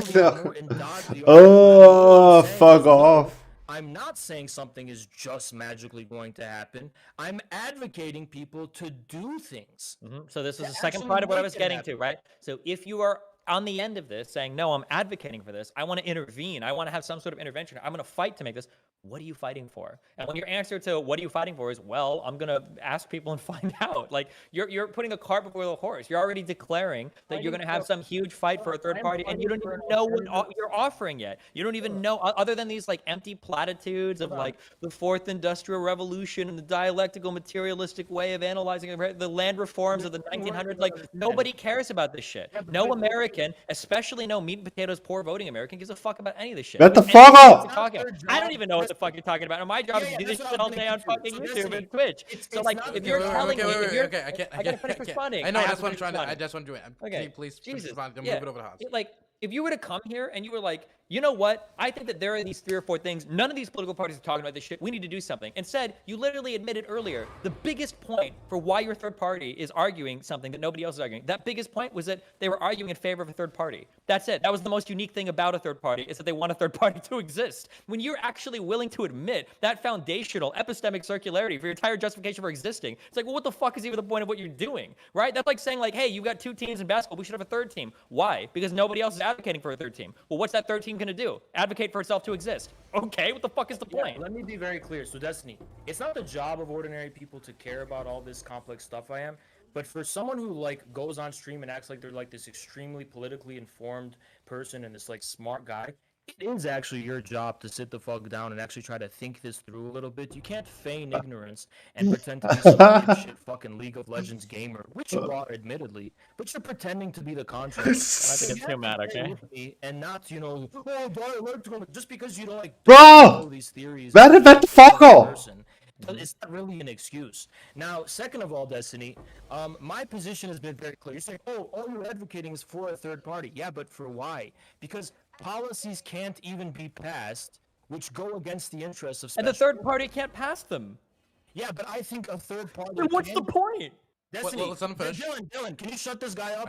Am I talking or no? I just told him to let you finish. Yeah, Destiny, my position is a third party can actually give representation, enter into contact with the American people, put forward policies and proposals that are going to work for the interests of the American people, and there's not going to be special interest or captured, entrenched, established interests which are going to stop them or prevent them, okay? Now, as far as what exactly that's going to look like, what you're demanding of me is an absurdity. You're basically saying I should single-handedly draft every single detailed policy proposal Never said of the that. third party. That's a straw man fallacy. Let him finish, Destiny. He's straw man. Destiny. He's extremely immature. It's okay. He's used to it. But anyway, Destiny, you're basically trying to say that I need to personally, draft these points, but you're saying, oh, it's so stupid that you're just saying there should just be a third party. But that's just because we know the current 2 parties can't give expression to what the American people want, not on the basis of the merit of these ideas and the policies, but because of these external overgrowths on our American democracy. When I'm saying I want a third party, all I'm effectively advocating for is American democracy. I'm advocating for democracy. Now, I don't claim to know what exactly the result of that democracy is going to be, but I think a third party is the minimal standard by which such a democracy can be possible. Right now, I don't think we're living in a democracy. I think we're living in a political system that is captured by special interests and an establishment which doesn't represent the interests of the American people. So it's as simple as that. Hvor er på vej hen? Hvor er på vej hen? Hallo? Line by line. I don't have anything I really say against you. It's like the Vosh strat. Not even actually. Vosh is better at this. You're saying so much that is really just devoid of content. Like this idea of like I'm advocating for democracy. Yeah, guess who else says that? Republicans and Democrats, right? This doesn't mean anything. You know, when you talk about like, oh, I don't want a third party, just have a third party. Earlier, you literally admitted the whole thing, the most unique thing you were advocating for in a third party was the existence of a third party. You literally said it earlier. It was a huge point of contention in the conversation. If you want to actually advocate for things and you want to actually win people over, okay, and you want to have this broad tent, then you need to find issues because this is where these political moments start. These political moments don't start with some like random person saying, I'm going to make a third party. They usually start with some problem that neither, like, or not even neither, that no entity is addressing at that point in time. This is where people on the ground, these are these moments of action where people gain a great deal of political power, is when these moments come up and there is nobody offering a solution to any of these problems. For you to sit here and say, you're demanding that I fix everything and that I give the perfect utopia, I'm not saying that at all. I just want like a couple broad strokes that don't involve something from the fucking 19th century or don't involve you using the terms dialectical materialism and meat and potatoes issues in the same fucking paragraph of explanation. It doesn't make any sense. If you want to advocate for a third party, you should be able to have some like broad issue, some broad narrative, something you're Oh shit, sorry babes, hvis du stadig er her, så så jeg det ikke. If that's too much for you, then you're basically asking me to attack a utopian third party that doesn't exist, that might exist at some point in the future, that you're asking people to suffer real material Babes, don't hate right me. now to try to bring it into existence. Hvis du stadig så, jeg så ikke, du skrev. Somehow a contradiction between talking about dialectical materialism and meat and potatoes issues when the whole point of dialectical materialism is to be able to discover what meat and potatoes issues are. Now, that it takes a great amount of intelligence to discover simple things is like it's basically like it's like almost an axiom of computers. Like that's how fucking computers work. You use a lot to get a little. It takes a lot of complexity to discover simple things. I don't know like why you're acting like it's such a huge contradiction. But regardless of that, to actually address what you said, you know, like I said, you're saying that everyone talks about American democracy across the aisle. Well, all you're doing here is meta-narrativizing the whole debate and like complaining about not being able to go point by point. Meta-narrativizing. The content of what they mean by American democracy. When I say we don't have current American democracy, I mean regardless of what the American people want, even if I ideologically disagree with it, it can't get passed because there is an institutional and establishment impediment, the special interests and so on and so on. Now, if they mean, oh, we're just fighting for democracy, like, what do they mean by that? Because clearly I mean something radically different. Now, you're saying, oh, what is it you're risking for Americans to suffer so much material harm for? I think it's very clear that, again, you have about the issue of scale. Right now, if the Republicans win, more people may be harmed, and that's the argument you may make. But when you introduce the factor of time and scale, like generations from now, or even 10 years from now, or 20 years from now, your argument collapses. What if, by not doing something now, it should be wrapping up soon. Yeah. 50 minutes. Yeah. But what if by not doing something now, you're risking so much for the future?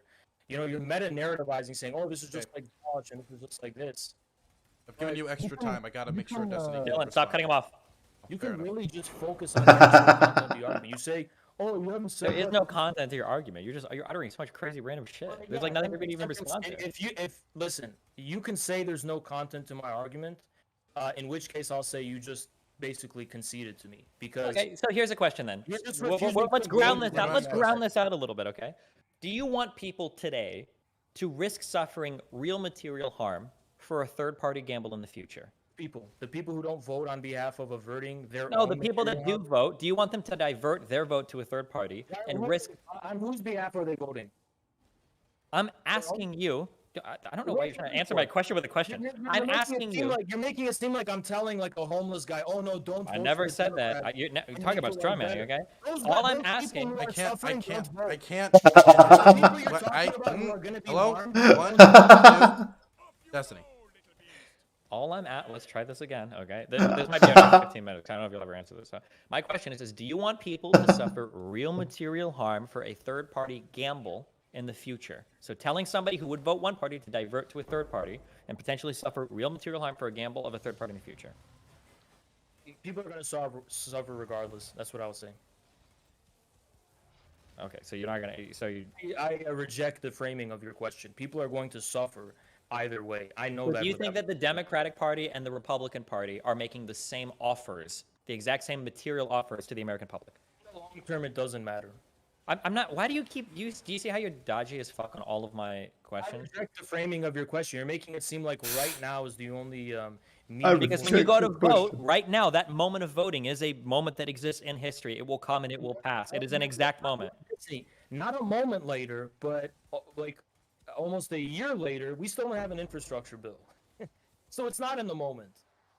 The voting is in the moment, right? We didn't even pass the bill. So we that's don't gonna have. affect these people's Okay, so here's lives. the question: if the bill passes, are you going to lives change? gonna If the be bill affected? passes, are you going to completely change your position on all of this? Holy shit, we got an infrastructure bill. No, I'm not, because they can't even pass the trimmed down, shitty, subpar so-called infrastructure bill that we have now. God knows the one they're going to be able to pass, and by that time, it's not even it doesn't even effectively carry out what it originally intended So then, to. if the bill was like $1.5 trillion, you think that's worthless to the American public? In the long term, there's nothing impressive You about. don't have. Do you see like the talking? Yeah, I'm good. I don't have anything else to say. So Destiny, so you wanna use the same standards for both of us? If I ask you a yes or no question, you can only do yes or no, and you No, can't. not a yes or no, but just at least engage with the question. Not like it doesn't even matter. The future is long. Like it doesn't matter. I refuse to reject it. You can try asking me a question. I'll answer. Go ahead. Hold on. The infrastructure bill. There's absolutely nothing impressive about a government passing a 1.5, and it's not going to be 1.5 trillion, a 1.5 trillion dollar infrastructure bill. Given the absolutely sorry state of American infrastructure in regards to like the passing of time. If you look Stop. Okay, come on. countries, God damn it. American infrastructure is absolutely laughable. So this Hvad er idea det for noget that lag, der er lige nu? Det er watered helt down forfærdeligt. bill is going to be somehow impressive or a hallmark of why someone had to go out and vote for Biden is just an extreme cope. And also, I don't see why Trump wouldn't have also maybe conjured up some kind of infrastructure bill to pass. Maybe he would have had his own. Who knows? I mean, I don't even see what your argument is here. I like how you both have been very. Oh, fuck, hvor det lækker. So I gotta go What to the bathroom. the fuck? Since you've both been so well behaved, I think you can deal with that. Destiny, it's your turn. Okay, you said you were gonna ask me a yes or no question, and you just fucking rambled again. You said you agreed with me that you don't have to answer yes or no questions. I literally told you, yeah, you can ask me a question, I'll answer it, and you took the opportunity to ramble. No, I thought what you said is, oh, you don't have to ask me a yes or no question, but at least address the substance of my argument. Isn't that ad verbatim what you just said? Oh yeah, but you made it sound like you were about to ask me a question, but I guess you weren't. You just were rambling on. You were just rambling. So then, quoted you ad verbatim saying. Sure. You didn't Okay, want so to then ask me earlier that. then earlier you believe that who is this guy that just joined? I'm a mod. I'm gonna just make sure. Yeah. Oh. So that's Okay. maybe wipe a towel off your forehead. You seem really sweaty and nervous. I'm good, my dude. Thanks, Yeah. though. The thing is, I can't argue against like the Nirvana third party where you've given me no positions, you've given me no reason to think it's going to succeed. You're telling people to suffer real material harms right now, or risk real material harms right now, to vote for a hypothetical third party in the future, and then furthermore, you're going to make the argument that the Democrats and the Republicans are materially offering the same thing to the American public right now. If Trump would have passed an infrastructure bill like this, why wouldn't he have pushed for that more rather than the tax reform that just benefited the wealthiest Americans? He got Fuck what var det? and that was it. That's like saying, why didn't Obama push for an infrastructure bill? Because as the passage of time changes, the policy prerogatives change. Obama's the worst example of you because he pushed for the ACA. That was his big legislative accomplishment. Pushed for an infrastructure bill. Because he could only do one thing, right? So what did they? Trump did talk about the sorry state of American. It was like Yeah, but what did he do? What was his legislative priority? What did he pass? Maybe the he would massive. have- Oh, det er derfor. Oh my god. You have one thing. Also, technically, I don't know. Maybe he would have. Maybe he wouldn't. I have. don't know. Who knows? Okay, You don't know for certain whether Trump would have or That's would have not. rich of you to use the argument you don't know for certain when you're advocating people to switch their vote from two confirmed parties to a hypothetical third party in the future for something that might be good generations down the line. I'm actually not really just saying people should vote for the third party. I'm saying people should focus. People who have the time to care about politics actively, like your listeners and even you yourself. Right, you sit on your ass all day and talk about fucking politics. I don't sit on my ass all day. I get involved politically. Okay, regardless, you don't represent the majority of people. Your life is mostly focused around talking. I literally, the issues that I advocate for are literally democratic issues who currently own like both sides of the government right now. How can you say that my issues are not the ones that the most American people care about? Because you're not like someone who's focused on, the way you make a living is about politics. Okay, so if your life can be dedicated to politics, all I'm saying is, focus your energies and your dedication on building a third party. No, why the fuck would I focus on a third party when I don't know any third parties that are talking about the issues that I think most Americans care about? You should certainly haven't provided that third party. There are enough like-minded people who agree that they can't get what they seek to get done through the current two parties, and those like people what? You didn't give me an example of any of those issues. Of what issues? What are things that you fuck? I have to scroll like 10 minutes. Like I asked you literally, like, there's- what okay, is something? There's a few. Okay, yeah, go for it. There's debt forgiveness. That's probably the biggest one that I think can unite people across the aisle. It's the issue of big tech monopolies and big tech censorship, which is I guess a cultural issue that You think people are united on issues like debt forgiveness and big tech monopolies and censorship? I think debt forgiveness can unite this country, definitely. Okay. I think that there are massive. When you say debt forgiveness, do you mean all debt, or do you mean like just student loan debt, or? Well, there is a massive issue of just American people being in debt right now, and financial reform, things of that nature, housing reform. That we have a housing crisis in this country, right? And I don't see how the Democrats or the Republicans can address that crisis in meaningful ways. Because the crisis is very complicated to address. It's very complicated because everything is just an objective reality, except when Why do you keep saying objective reality? There's some philosophy debate, bro. Everything can be explained by me deferring to other causes, except when I sit on and tell people they have to go vote for Biden. If you want to push me on a single cause, I can explain to you the complexities of any particular cause. So, for instance, we can talk about housing being a complex issue. Housing is complicated primarily because the people that live in a certain district are already going to be ultra privileged being in houses. So in order to uproot them, you necessarily have to act in an undemocratic fashion to do it, which is something that's very difficult to do in the United States. That's why when you take votes in areas about like, hey, like, should we expand like multifamily housing or should we open like a fuck ton of apartment buildings? Well, who are the people that are most likely to vote in that area? It's not going to be the transient millennials that come in and out of work jobs. It's going to be people that own houses, that live in that area, that have roots in that area. And when you're talking about voting for expanding housing in those areas, guess who that hurts the most? It hurts the most entrenched voters that are the most likely to show up to the polls, that are the most likely to go to their city council meetings, that are the most likely to stay there for long periods of time. That's what makes that issue like complicated, okay? Oh, get fucked. Wait, hold on. Just because you've come to this conversation with just because you've come to this conversation with zero understanding of any of the policies you're talking about, please don't project it on me. This conversation could have been entirely interesting in like 50 different ways. Just because you're utterly clueless on everything except for these weird fucking phrases that have to do with fucking dialectic materialism or whatever philosophy you're going to talk about, doesn't mean that I came here clueless to argue about the specific policies that I talk about or advocate for. So I'm not hand-waving shit like you are with your utopian third party. I'm on the ground talking about real issues that are very complicated and affect a lot of people. Oh, get fucked. I have to talk fast because you, again, talk like 3 times as much in this conversation. But there you go. If you're interested in dialectical materialism, DM me and I'll set up. I can educate you and you can be my student. So I don't know why you keep bringing it up. You seem interested in the ideas of dialectical materialism. Yeah, one second. And it should be like 5 minutes.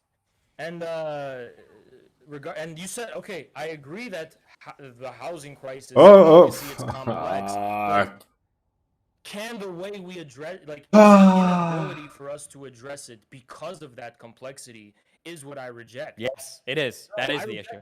Oh, how would you address it with a third party then? Tell me how you would go about doing it then. I'll wait.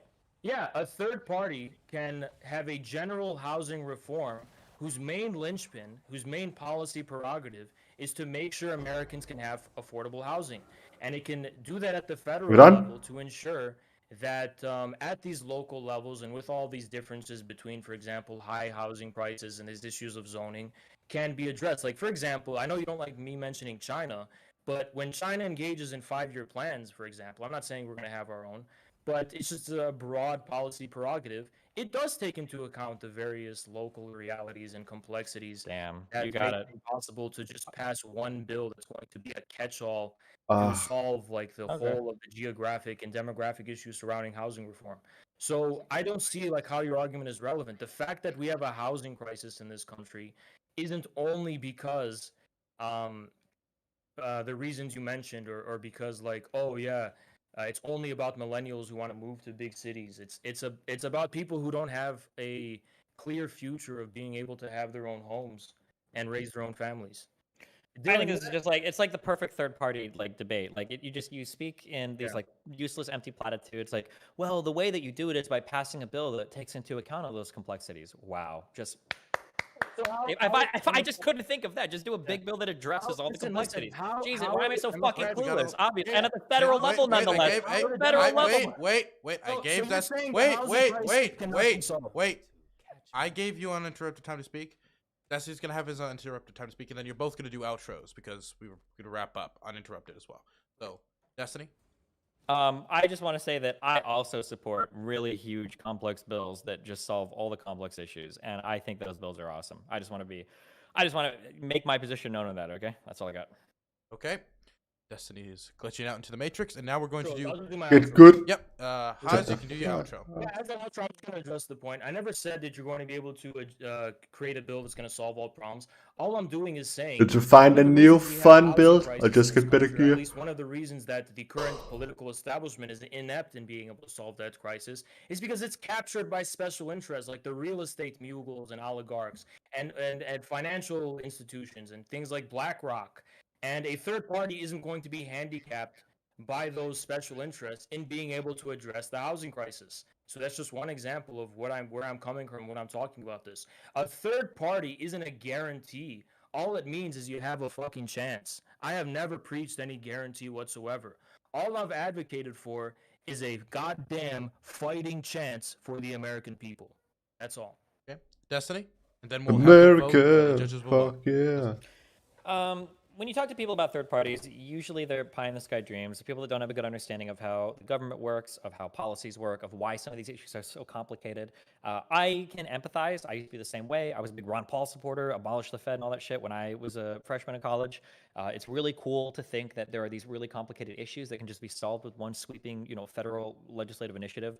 But unfortunately, as you grow older and you look at why things are the way they are, you realize these issues are really complicated. They involve, multiple people fighting on multiple sides of issues in order to get things done slowly over time. That's how the American system is built. And so long as we genuinely remain divided as Americans on a lot of these issues, the Men government vent will du en necessarily remain headhunter? slow moving when it comes to solving these issues. We don't all agree on how to solve these issues the same way in the United States. That's why there's such a polarization of the parties. That's why there's so much. Hvordan vandt du en And hopefully headhunter? in the future this changes, but The I know fuck? for a fact that the thing that won't change it is fucking third parties. Okay. I actually have to go. So, so I Nå, can fandt. hear about the belt or whatever. Dude, what the fuck? We good? If you Jeg har spillet rigtig meget PoE. Okay, for sure. Jeg har aldrig nogensinde fundet en headhunter. GGVP. All three judges are Anna, so she will be deciding the result of Good this one. debate. No, the first judge is John Zerka. He is voted in favor of Infrared. The second judge is Mr. Geek. He has voted in favor of Destiny. And the last judge is the wonderful and always correct Denabo, and he has voted in favor of Destiny. who Oh retains the shit, belt. get fucked. Congratulations, you retained the Hippy Dippy Championship. Wow, thanks a lot. Wow. Just an amazing. This was just amazing. This was everything amazing? I thought it would be. Is everything you thought it would be? Yeah, absolutely. Yeah, it was everything I thought it would be too. Kappa. So, is there anyone in particular you would like to thank? God, your mom, anyone in particular? I just Vosh and Hassan for emboldening all these dipshit lefties online that think they can talk about anything. Yeah, that's Okay. all I got. Is there anybody you would like to challenge for the Hippy Dippy Hvad er Championship? klokken? 12:45. Vosh on any topic. Vosh, Or Demon really? Mom on any topic, as long as she can agree not to cry in the 2 hours that we're talking. Okay. 1 second. Hello? Hello. What are you doing here? Well, I think it's obvious, isn't it? Destiny, how are you doing tonight, sir? I'm doing okay. I think we both know that there's a destiny for Destiny. What's that? Oh, it's you and me having a conversation. Okay. About the intricacies of the problems of the world and doing it in a much more entertaining way, like you were talking about there with Haas. I mean, that conversation could have went so many different directions. And then for like to just get stuck on the diatribes. I think you and I could have a much Oh more my god, interesting it looks so conversation about nice. something. And I'm on your heels. Just so you know. Okay, I'll keep that in mind, okay? Outstanding. Good to see you again. Destiny, are you running from CTV, the self-declared people's champion? I'm not running. I'm You're ready not running? anytime, any place. You know, okay? he worked in a submarine. It's true. So. Cringe. Og nej, det var ikke... Det var ikke Destiny-dramaet. Jeg skal til at smutte. Jeg skal nok lige bade. Det tager en krig. Og gå i bad. Jeg skal spille D&D. Ja, 3:00. Jeg skal også lige have noget at spise.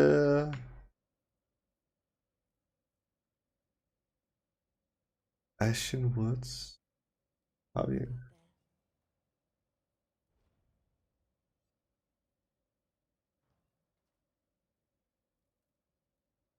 Ikke en Ashen Woods, der er 14. Ja, præcis. Præcis. Jeg tror, jeg skal til at spille noget Counter-Strike igen. Noget Counter-Strike, noget Apex. Some good shit. Nu har jeg spillet så meget PoE her på det sidste.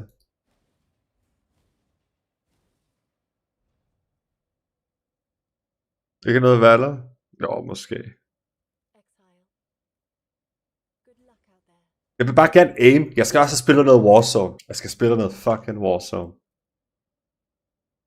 Hvordan bliver Warzone med det nye spil egentlig?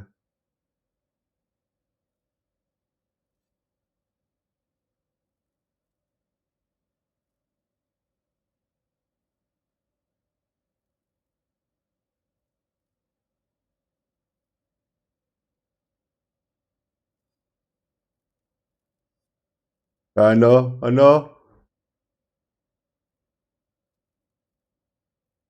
It's a rough one.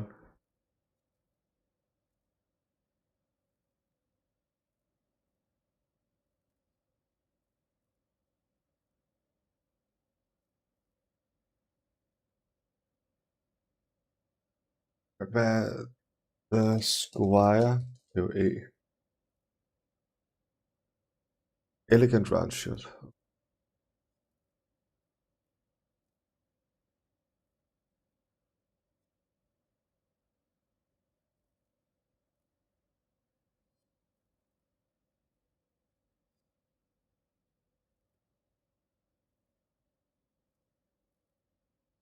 Oh shit! Destiny har snakket med Lawrence Southern. Oh no, den skulle jeg også have set. Jeg kan ikke nå det.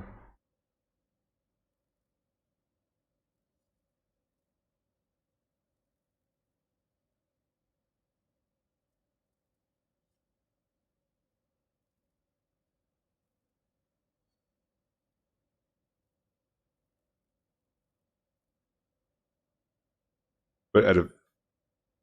Det er lørdag. Shit.